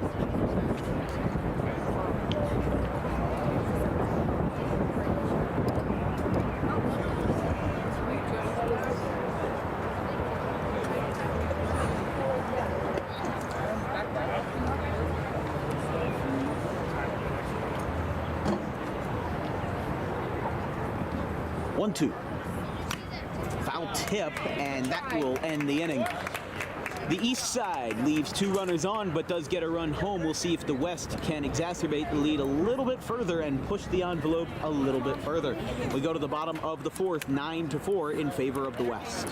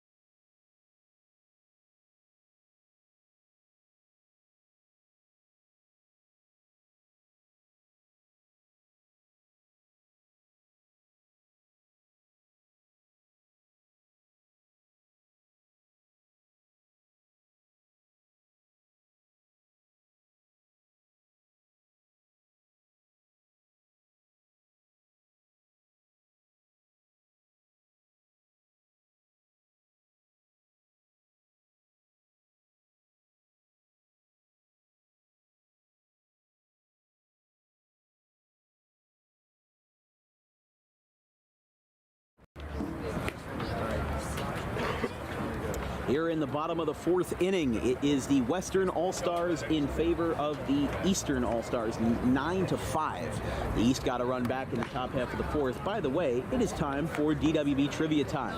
Today's question is, who holds the Phillies record for the most home runs in a single season all time? Is it A, Kyle Schwarber, B, Jim Thome, C, Mike Schmidt, or D, Ryan Howard? And we'll reveal the answer as it is D. Ryan Howard, who hit 58 home runs in 2006, the year that he won MVP, just his third big league season. Mike Schmidt, Jim Thome, and Kyle Schwarber, though, are all in the top 5 for recent history. We'll go back to the main board here as for the East, they trail by 4, and they're trying to make sure that that deficit doesn't get any worse, as leading it off for the Western All-Stars is going to be Colin Colby of Haddon Township.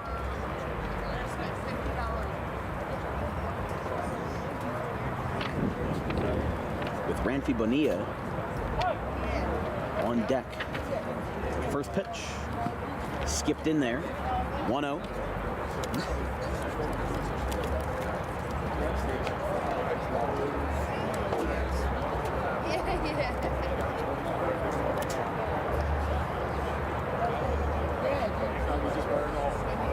Swing and a miss, 1-1.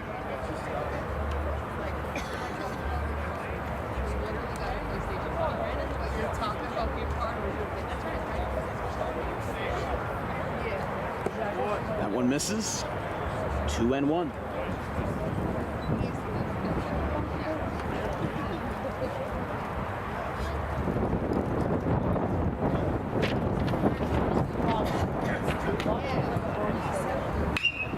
Here's a ground ball. That one's going to shoot in the left field, a base hit. And now he's going to go to second base as that ball is going to trickle in the left.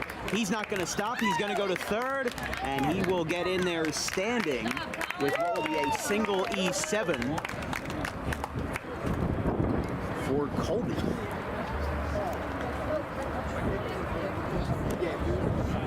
As here is Ben Garino,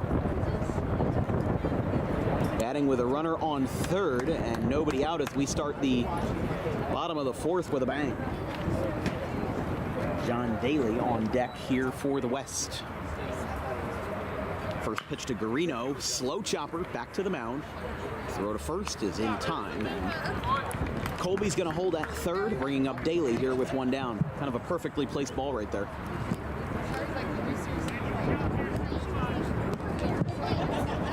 Stepping to the plate, John Daly.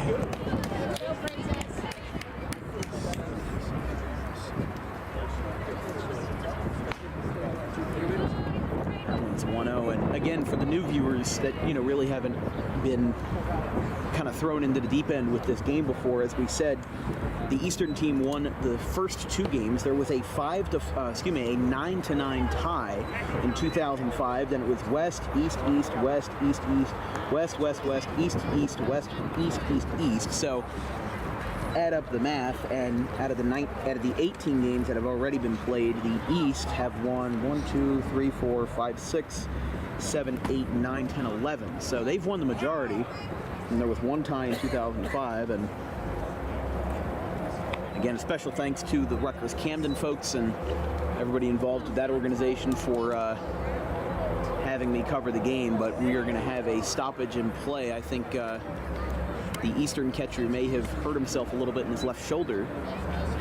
He's pointing to that a little bit, so never want to see an injury during a all-star game, especially considering that none of it really counts. I mean, all of it's really just for show and, to put yourself out there in front of scouts, so hopefully Bupp is okay.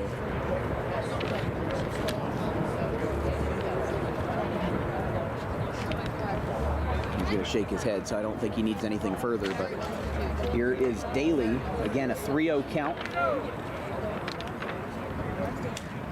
With Paglia on the mound. That is a new pitcher for the East team representing Triton, as that one misses, and Daly will walk, putting runners on first and third here. Coming to the plate, Matt Augustin. So here's Matt Augustin of Bishop Eustace. He started the game for the West through the first 2 innings and has since been relieved, but throw back to first, not in time.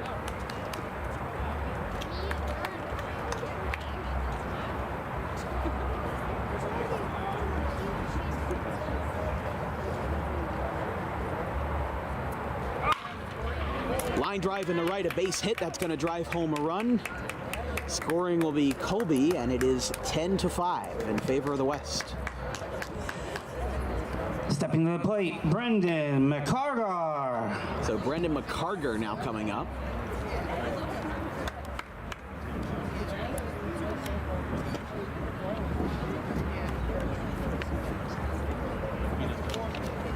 So yeah, I on it. Oh, here we go. Fly ball. Oh, what a play at short. A leaping catch.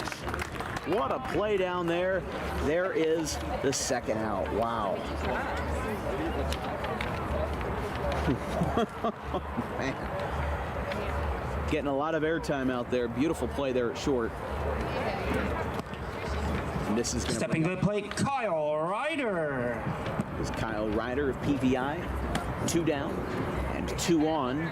The West has brought home a run in each of the first 4 innings in this one as the sun sets a little further now past the horizon, 8:42 p.m. and going on for just over an hour and a half. That one's going to be a wild pitch. Going to third is going to be Daly. The catcher doesn't know where the ball is. Daly is going to sprint home, and he's going to slide head first. He scores, and it's 11-5. That one was a chaotic wild pitch right there. Got 2 extra bases on it. And that's going to make it a 6-run game.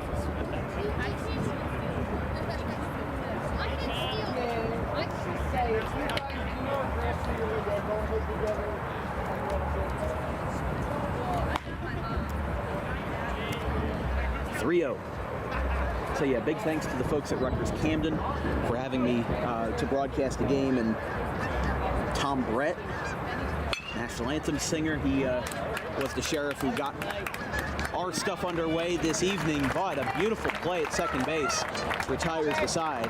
The Western All-Stars tack on 2 more runs. We go to the 5th, 11-5 in favor of the West.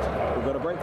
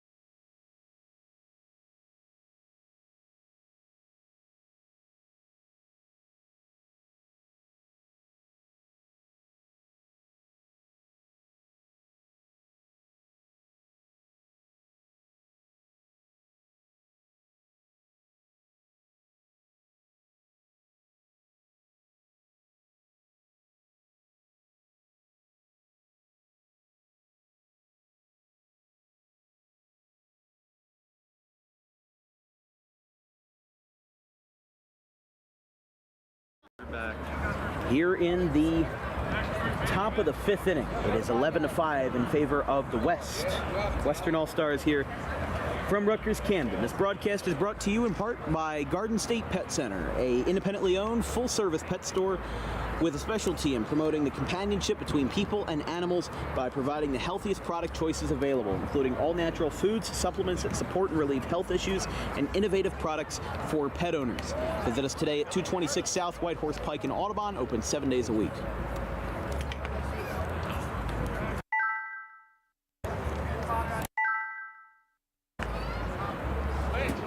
So here we go. Top of the 5th inning, still here from Rutgers Camden.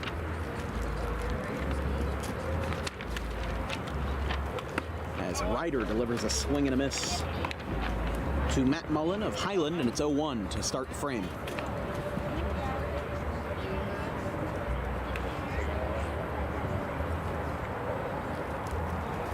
Oh, 1 pitch. Swing and a miss, 0-2.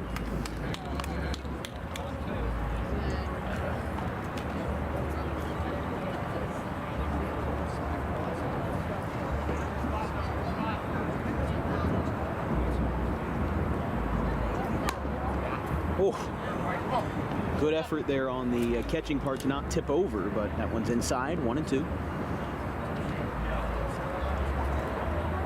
Yeah, this ballpark obviously very different than what we're used to with what was Campbell's Field, but tried to stay true to the history of it. 330 down the left field line, 378 to left center, and then 401 to dead center, which is where Ryan Slider had that home run back in the 3rd. But still, I mean, a high fence out in right center, at least 20 feet tall, 311, and then 343 to right center. That's a swing and a miss, and Mullen is down on strikes for the first out. As this will bring up. All right, ladies and gentlemen, stepping to the plate, Jake Maz. Here's not Jake Maz. They've got the jersey number switched around. It's Ryan Joseph of CCTS. Jake Maz was a player that had a couple of RBIs, had a single in the 1st and then a hit by pitch in his last at bat, but Joseph's going to line this one foul.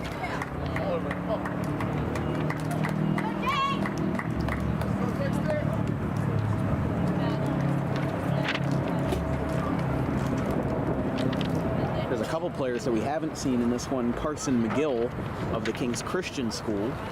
I don't think he's here. Charlie Grady's not here for Audubon.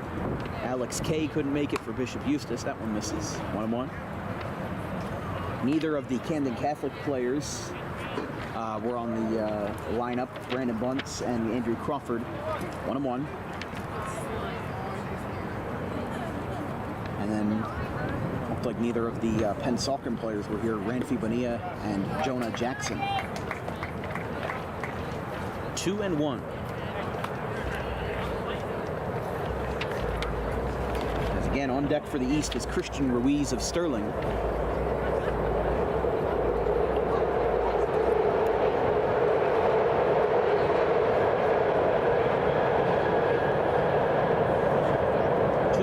Strike.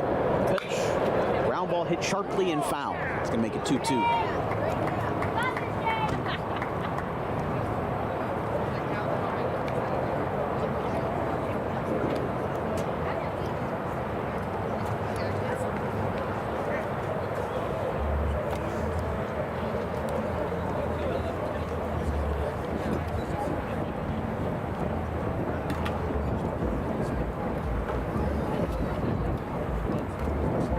2-2.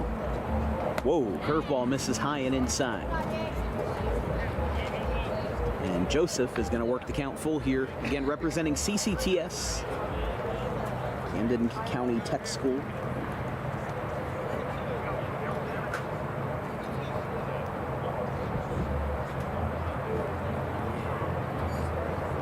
And the 3-2.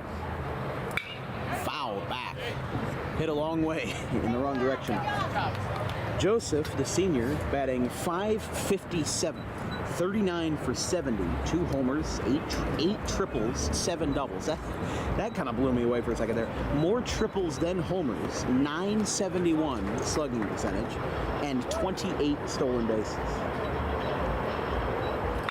Oh, there's a fly ball deep left center field. Speaking of the long ball, that ball is going to one hop off the wall in left center.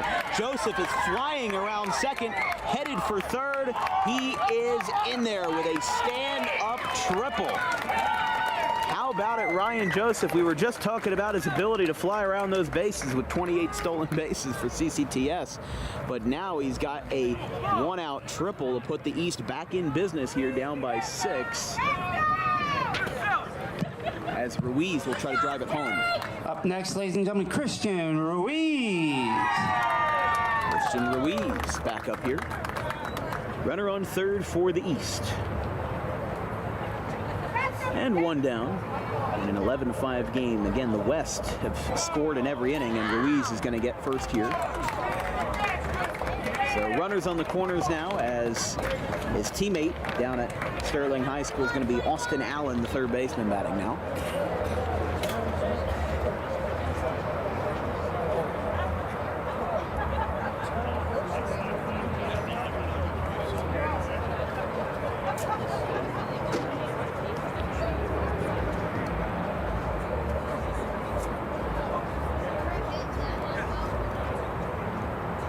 Running down to second base. That one's going to be an uncontested throw. And that's going to put runners Sorry, on ladies and gentlemen, that was batting Austin Allen.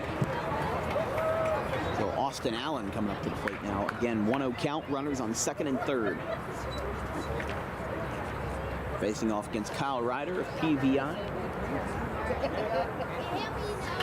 1-0. That one is a bit of a cricket pitch that misses. 2-0.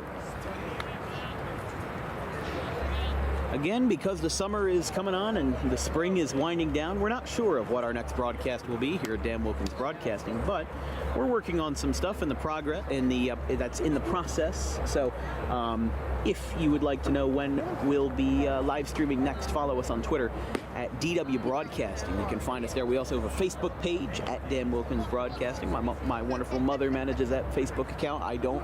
I manage the Twitter account because I don't use Facebook. So it's a 3-0 to Allen,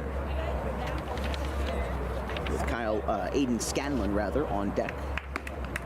And it's a strike, 3-1. Just a couple minutes shy of 9 p.m. here in Camden. Beautiful Sunday night.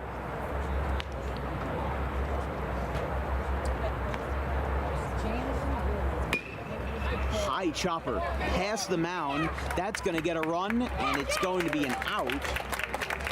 But Allen drives home the CCTS fella, and it's going to be 11-6.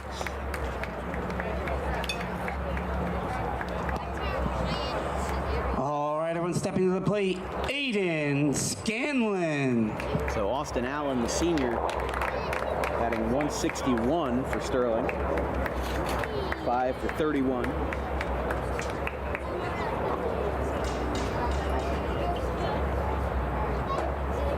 First pitch to Scanlon of Timber Creek. There's a strike. 284 average for Scanlon. 19 for 67. 328 slugging percentage. 3 doubles, 8 walks, no one count, with a runner on third here for the Eastern All-Stars. They trail by 5. Late swing and a miss, 0-2.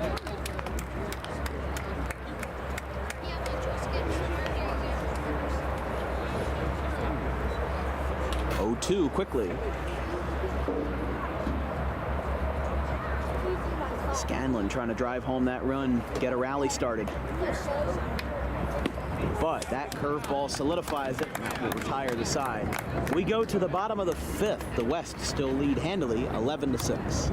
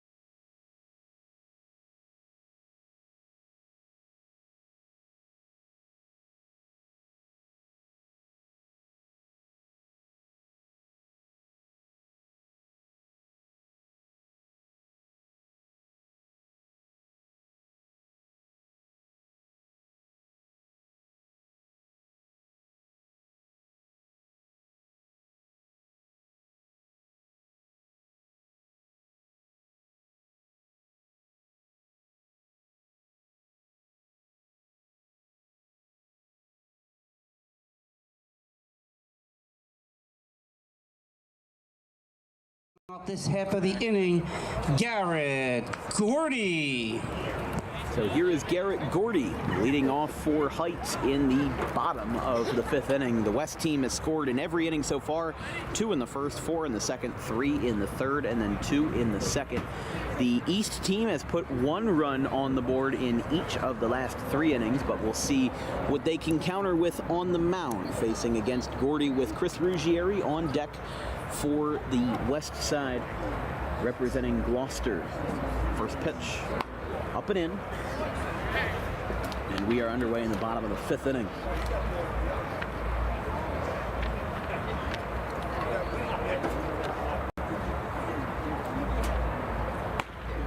Inside, 2-0. By the way, Eddie Bupp is the new pitcher for the East side. That's a Parole's Printing pitching change. That one's a strike. 2-1. This broadcast is brought to you in part by Parole's Printing and Bantel's Banners, Signs, and Apparel, the true one-stop shop for all your print and promotional needs with a 5-star Google rating. If you need graduation, lawn signs and banners, flyers, A-frames, business cards, or envelopes done right, this is the place for you. 2-2. To Gordy with Ruggieri on deck as pitch right there is upstairs from Bupp.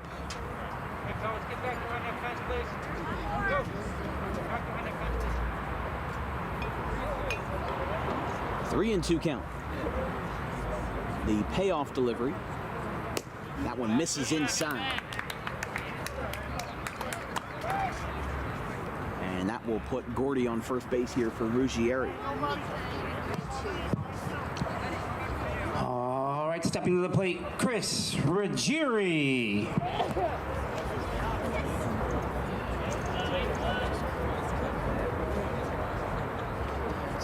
So here is Ruggieri, excuse me. First pitch is a strike, 0-1. 11-6. The Western All-Stars lead the Eastern All-Stars here in the 19th annual Camden County All-Star Game. Line shot and a left-to-base hit. And that's going to put 2 on here as Gordy goes down to second.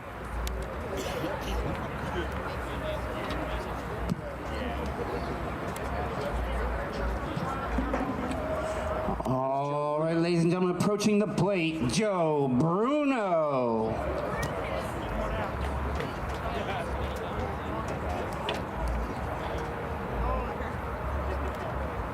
That one misses high and inside. 1-0 to Joe Bruno. Scott Lynch will take his place in the on-deck circle.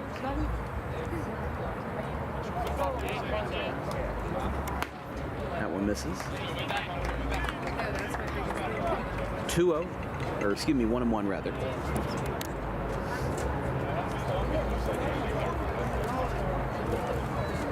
That one misses, and that's going to move everybody up. So Gordy's going to go to third, and then Ruggieri is going to go to second base. So 2 runners in scoring position here for the West. All Colonial Conference on the field right now, though, with Lynch on deck of Audubon, Ruggieri on second base of Gloucester, and then Garrett Gordy on third for Haddon Heights. I mean, Heights and Audubon have always had a fierce rivalry in terms of these kind of sports, but again, these guys can kind of just come together and play under one team. But it's a 3-1 count.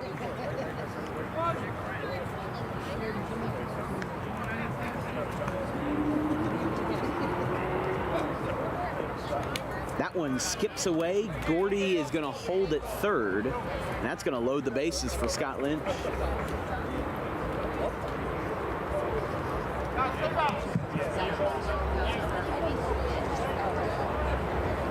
Coming to the plate, Scott Lynch. Scott Lynch now hitting here with the bases loaded.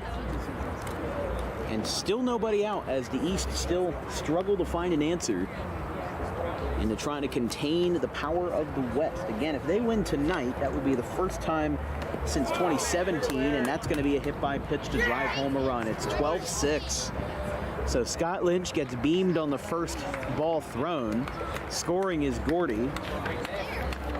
And this is going to bring up Nick Berkman. Stepping to the plate, Nick Berkman. So 12-6. And again, this will be the first time since 2017 that the West took home the victory, which was a 7-4 game. And then after that, it will be 2014, 2013, and 2012. This was a time where they won 3 in a row, but haven't really had the upper hand in this 19-year-long series. That one skips away. Coming to the plate hard is Ruggieri. Throw! Not in time. A hard tag applied, but he scores on the wild pitch, and it is 13-6. And now DJ Gore is going to come out to talk to his man, as Bupp continues to struggle a little bit here. The East team needing to find their footing if they want to win this game, but obviously not really a huge concern considering it is an all-star game after all, but still you want to win for a little bit of bragging rights, a little bit of team pride. So the national anthem singer today's game, just some special thanks from the program that we were given before today's game. Tom Brett, the national anthem singer, the Camden County Sheriff's Office Honor Guard, the Camden County High School baseball coaches, ADs, principals, and superintendents, the Tom Gurick, the public address announcer, Robert Scanzano, the official scorer, Melissa Whitman Esposito, the athletic trainer, and the Unified Umpires Association of South Jersey.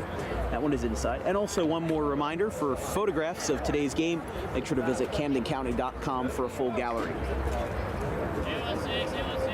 2-0 count to Berkman, with runners on second and third and 2 runs home here in the 5th for the West, as nearly swinging out of his shoes on that one. It is 2-1. Still no outs.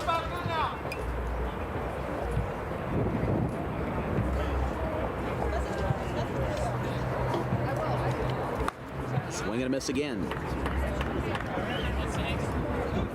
2-2.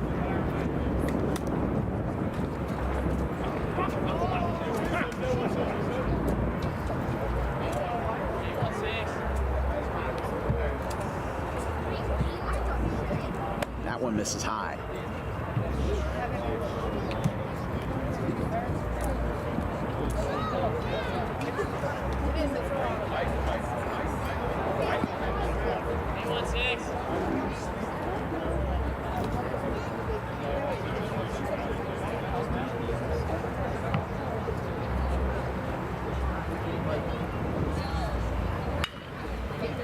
Little grounder got sawed off a little bit, and that'll be the first out.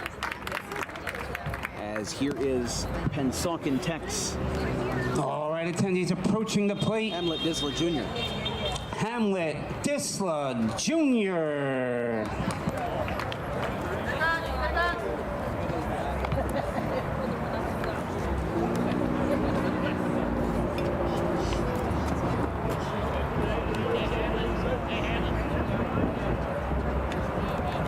Disla Jr. here had an RBI earlier in the ball game.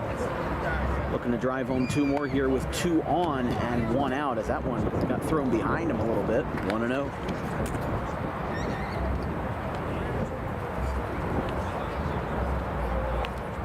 No sun in sight. Complete nightfall here from Camden, 9:07 p.m. Going on for just over 2 hours here in the 19th annual All-Star Game, as there is a floater. That's a fair ball to left. That's going to bring home 2 more runs.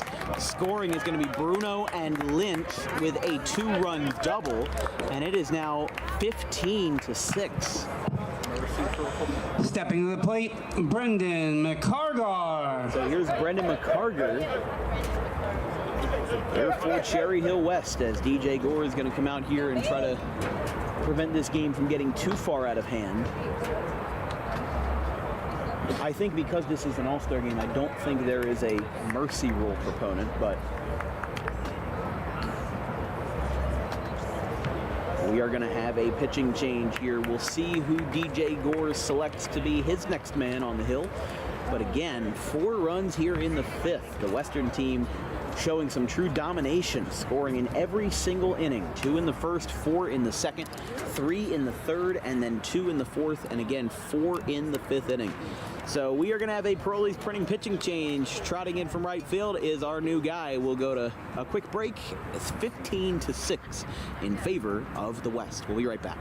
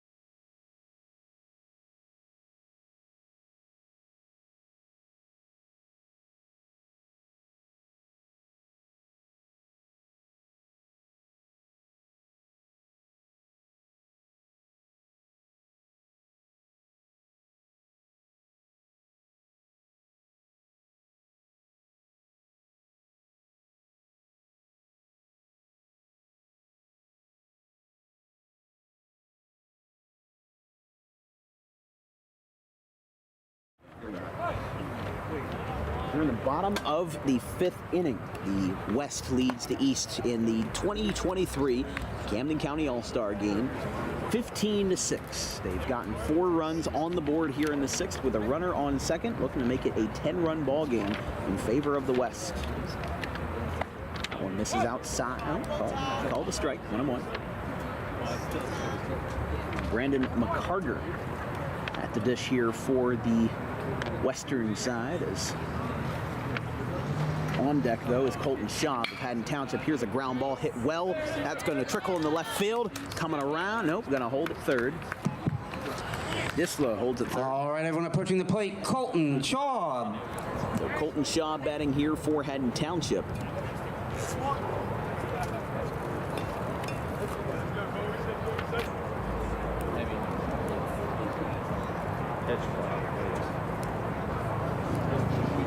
The last time there was a 10-run game in the All-Star game was in 2018 when it was 13-3. As there's a strike and a stolen base. 0-1.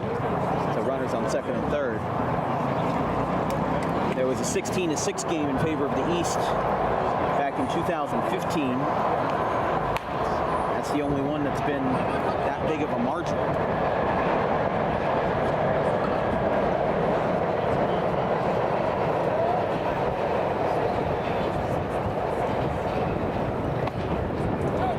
Strike.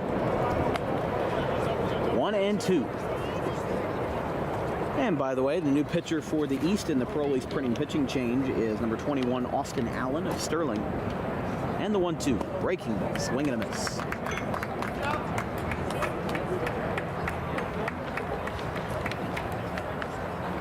And with 2 outs now, that's going to bring up number 26, Colin Colby, after his teammate Schaub was retired on strikes.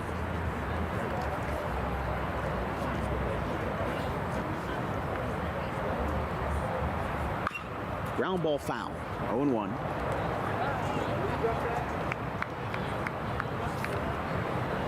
Yeah, but I have been mostly right in my theory that there have been a lot of high-scoring games. 12-10 in favor of the West back in 2009, 13-9 in 2012. Actually, one of the lowest-scoring games that we saw was last year, 6-0 in favor of the East. That one's going to skip away. Going to the plate and scoring is going to be Richie Disla Jr., and it's going to be 16-6. And they are going to keep their players out there. So my guess was right. No mercy rule during the All-Star game. So 1-1. They may also give the East another chance to hit. And if they don't score, then that could also end the game. But the rules are kind of arbitrary, considering that, you know, with, by the way, 1-2 count. Because it's an exhibition game, so it doesn't really matter. You could play for a full 9 innings if you wanted to. Here's a ground ball to third. Picked up, throw to first. On a nice scoop. That's in time. Nice play by Scanlon. And the inning is over. We go to the 6th, 16-6 in favor of the West.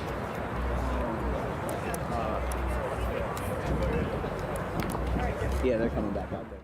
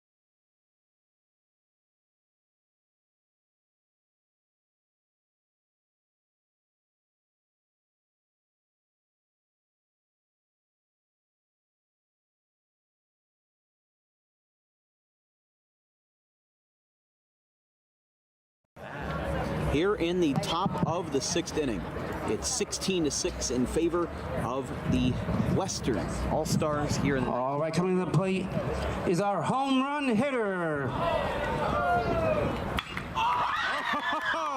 Here's a fly ball right center field off the bat, a slider.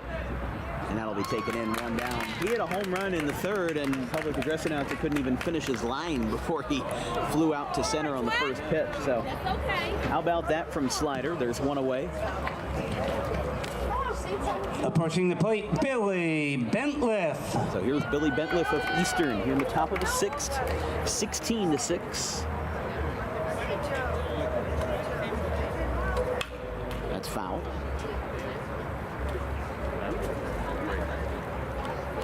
That would have been crazy if he had a 2-home run night in the All-Star game. Because this is not a high school park. This is a college park. You know, 20, 21-year-old guys, they can hit it out on this thing. usually high schoolers can't hit it out on this thing. I think, usually, I think the best pitcher's park in South Jersey, one of them is Radnor Field. Here's a ground ball, back up the middle. That is stopped at short. Throw to first is in time. Augustin gets the 6-3 put out there as there's 2 down.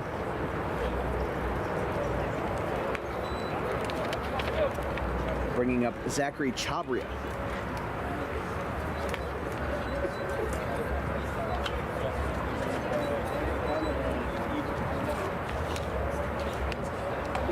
First pitch to Chabria.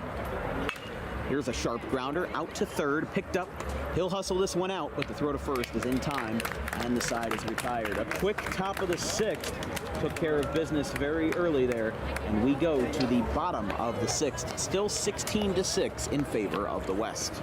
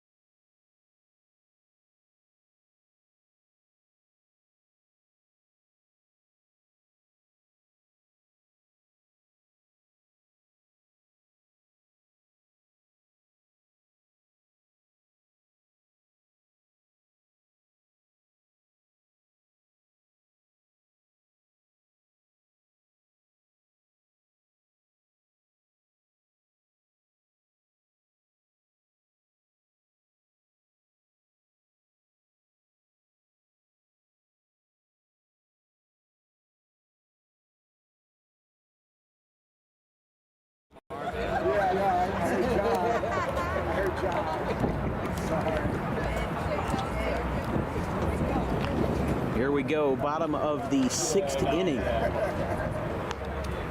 A nice lead for the West as they look to win their first Camden County All-Star game since 2017 with a 10-run lead. As the left-hander, Pat Carback, of Eastern High, delivers a first pitch away. That one misses. Ben Garino getting it started for the West is I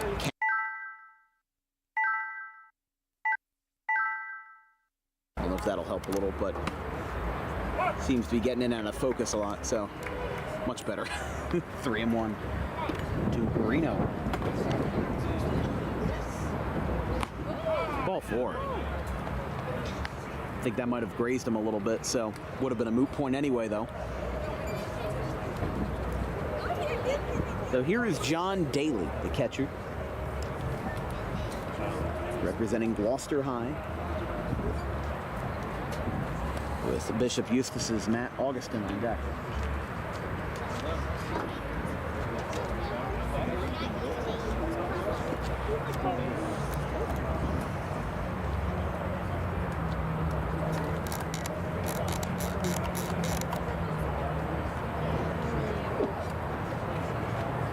Oh, wow. He had to bend over backwards to avoid that ball. It's 1-0. That was close. Very close to being a bad situation right there. Really had to get acrobatic with it. There's a swing and a miss by Daly, 1-1.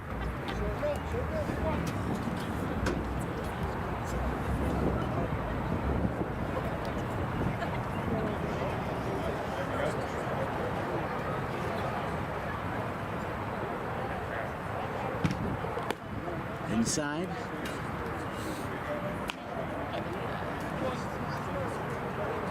Two and one.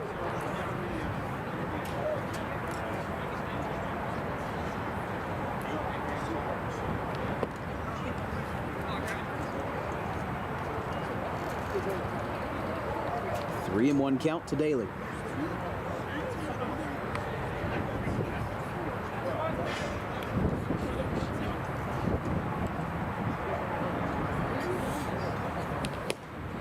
That's ball four. Back-to-back walks, bringing up Matt Augustin. Yeah, there has never been a game in Camden County has had a deficit over 10 runs. Again, worst ones we had were 13-3 in 2018, and then 16-6, which is the score that we're seeing right now back in 2015. But the tables turned a little bit. That was in favor of the East, not in favor of the West.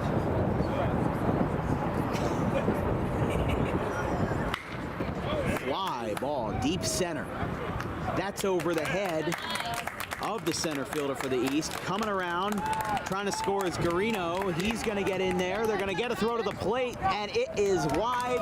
Make that 18-6. A two-run triple off the bat of Augustin, and it is 18-6.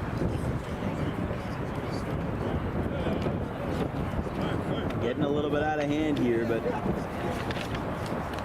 Eastern All-Star is going to try to hold on as best they can. That's Brendan McCauley of Haddon Heights is up. There's a strike. I mean, still a fun experience, you know, nonetheless. Being able to see these players from all over the county, being able to play and showcase their best. You know, it's more. This is more of an individual event than a team event. You know, these guys, they're going to go home and they're not going to remember themselves as members of the Western All-Star team. They're going to remember them as Audubon High School players or Haddon Heights High School players.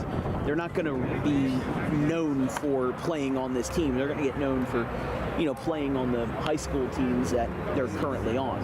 There's a swing and a miss.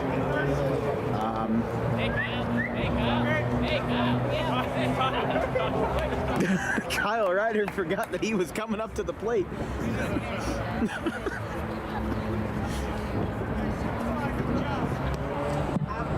Approaching the plate, Kyle Ryder. Kyle Ryder got a little lost. He got a little lost in conversation. Here comes a runner to the plate. The flip is in time. He got him. Great play to rebound on that wild pitch, and Augustin just tried to get a little too needy with it. And that is the second out, so Garrett Gordy on deck. I just thought that was hilarious, though. The batter strikes out, and Kyle Ryder is talking to the ladies down the third base line, and he was just completely bewildered. He didn't know that he had to hit. That's a strike, 1 and 2.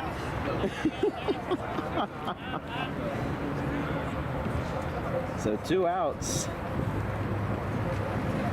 Breaking, swing and a miss. Ryder down on strikes. We go to the 7th. Crunch time for the East, but the West still have a commanding 18-6 lead.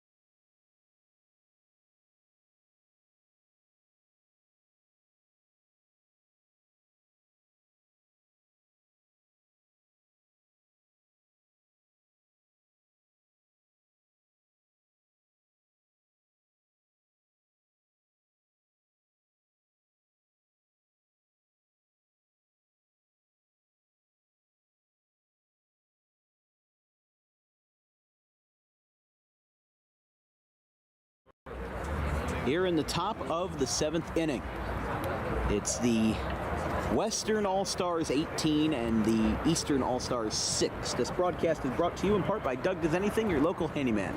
If you need anything done, no matter how big or small, give Doug Does Anything a call at 856-412-0118. Right around 9:30 p.m. here at the Camden Athletic Fields, home of Rutgers Camden, as looking for the last 3 outs in the 7th is going to be Garrett Gordy. This will be the first time in the 19-year history of the All-Star game that there would be a margin of victory of over 10 runs, as we said. 13-3, the East beat the West in 2018, 16-6 in favor of the East in 2015. But a lot of high-scoring games. In fact, the lowest scoring game in the league's history, as the count is 2-0, was last year, 6-0. And it was the first game played on this turf version of the field as it was completed in 2022. Here's a ground ball. That's going to be over the head of Gordy, and it's going to be placed perfectly for an infield single. And that's one of those things about the turf is that, you know, you see that a lot where with those high choppers, they're kind of exaggerated a bit by the fact that the turf makes the ball bounce higher. So you're going to see that more. But a nice infield single there by Carfagno sets the stage for Ethan Haddock with a runner on first and nobody out. That one misses inside. The East is going to try to salvage some runs before the night is over. A lot of the bleachers have already cleared out. There was a sold-out crowd, really, to start the ball game, and now the ballpark has gotten a lot quieter in the innings since. Again, I mean, the West, they scored multiple runs in every single inning. 2 in the first, 4 in the second, 3 in the third, 2 in the fourth, 5 in the fifth, as that one is going to be downstairs. Throw down is not in time. It's going to go into center field, and holding at second base will be Carfagno, so it's 3-0.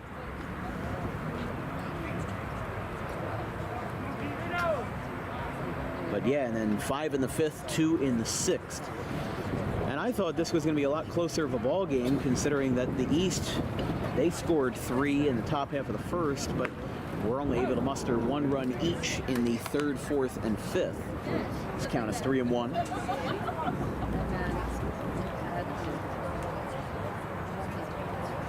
3-1 pitch.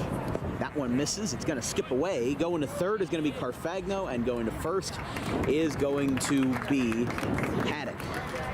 So here is Jake Maz of CCTS. Had a couple of good barrels in this one, but with nobody out and 2 runners on, he's going to try to cut into the 12-run deficit here. 18-6, Western All-Stars. That is outside, did not go around, 1-0. Lizer, Kyle Lizer of Timber Creek. That one misses, 2-0. And as we were saying earlier in the broadcast, we don't know what our summer plans are yet, but if you've got a travel team or something of the sort that wants a broadcast, send me an email at thedanwilkinsshow@gmail.com. There's a ground ball booted at short, gets the kick to work, and that one's going to get away. Maz is going to hold up at first, and coming around to score, getting that runner home there, making it 18-7. Carfagno scores. That'll be an E6, and everybody is safe. So runners on first and second. Up next for Lizer. Kyle Lizer. So yeah, weird situation there. Ball got kicked at short, and yeah, just a weird play, but didn't get a single out from it. So 0-1.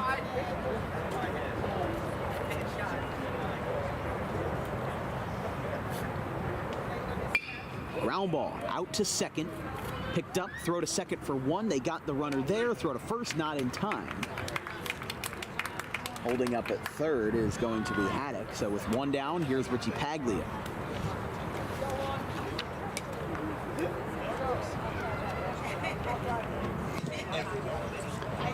Now batting Richie Paglia. So Paglia now hitting here with runners on the corners and one down in an 11-run game, 18-7 in favor of the West. That one misses low, 1-0.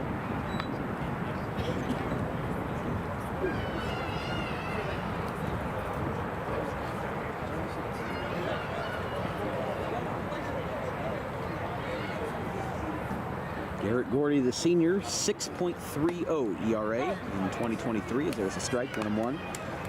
Two-thirds innings, had a 2.88 ERA in his junior year.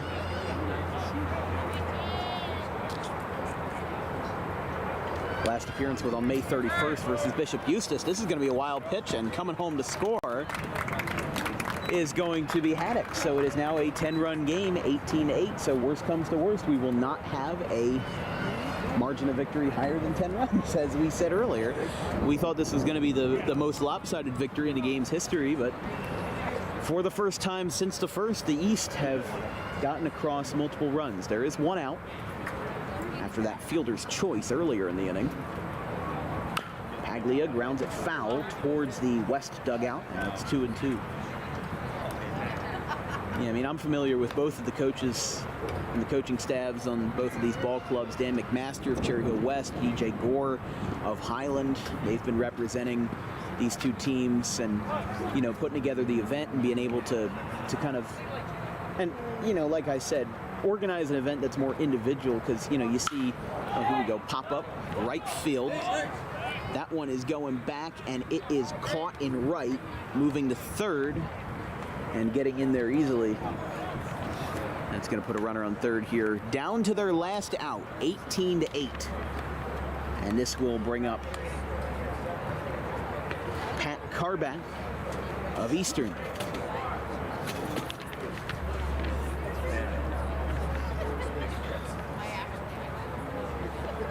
So here we go. 2 outs, runner on third. First pitch is inside. 1-0. If the ball game were to continue, Eric Berger of Overbrook would be on deck. Tried to frame it well, but just didn't go. 2-0. Will be the first win for the West in the Camden County All-Star Game since 2017, as there's a ground ball out to third. This could do it. Picked up, throw to first is in time, and this game will end with the visitors falling 18-8 as the 19th annual Camden County All-Star Game comes to a close with a 10-run victory for the West. They scored in every inning, and in fact, they score multiple runs in every inning.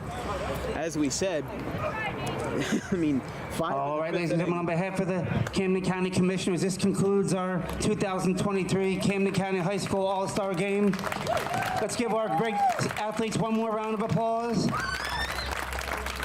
And also give yourselves a round of applause for coming out tonight and supporting this great event. Thank you.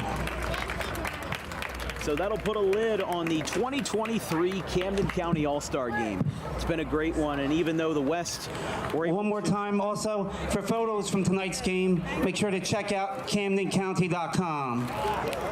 And even though the West pulled away with it in the middle innings going into the later stages of the ball game, the West still put on a valiant effort, and the East still did not go down without a fight until the very last out. There's the scoreboard out in left center from tonight's ball game. The official time would be 2 hours and 38 minutes. So thank you to everyone for watching tonight. Even though the ball game may not have been as close as some of us may have wished for, it's still going to end in a great show. From everybody here at Dan Wilkins Broadcasting, my graphics crew Gavin Van Rel and Caleb Lane, my producer Brian Tortella, and myself, Dan Wilkins.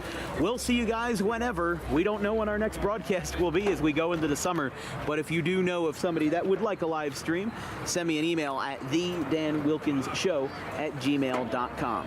18-8, the 19th annual Camden County All-Star Game wraps up with a dominant win for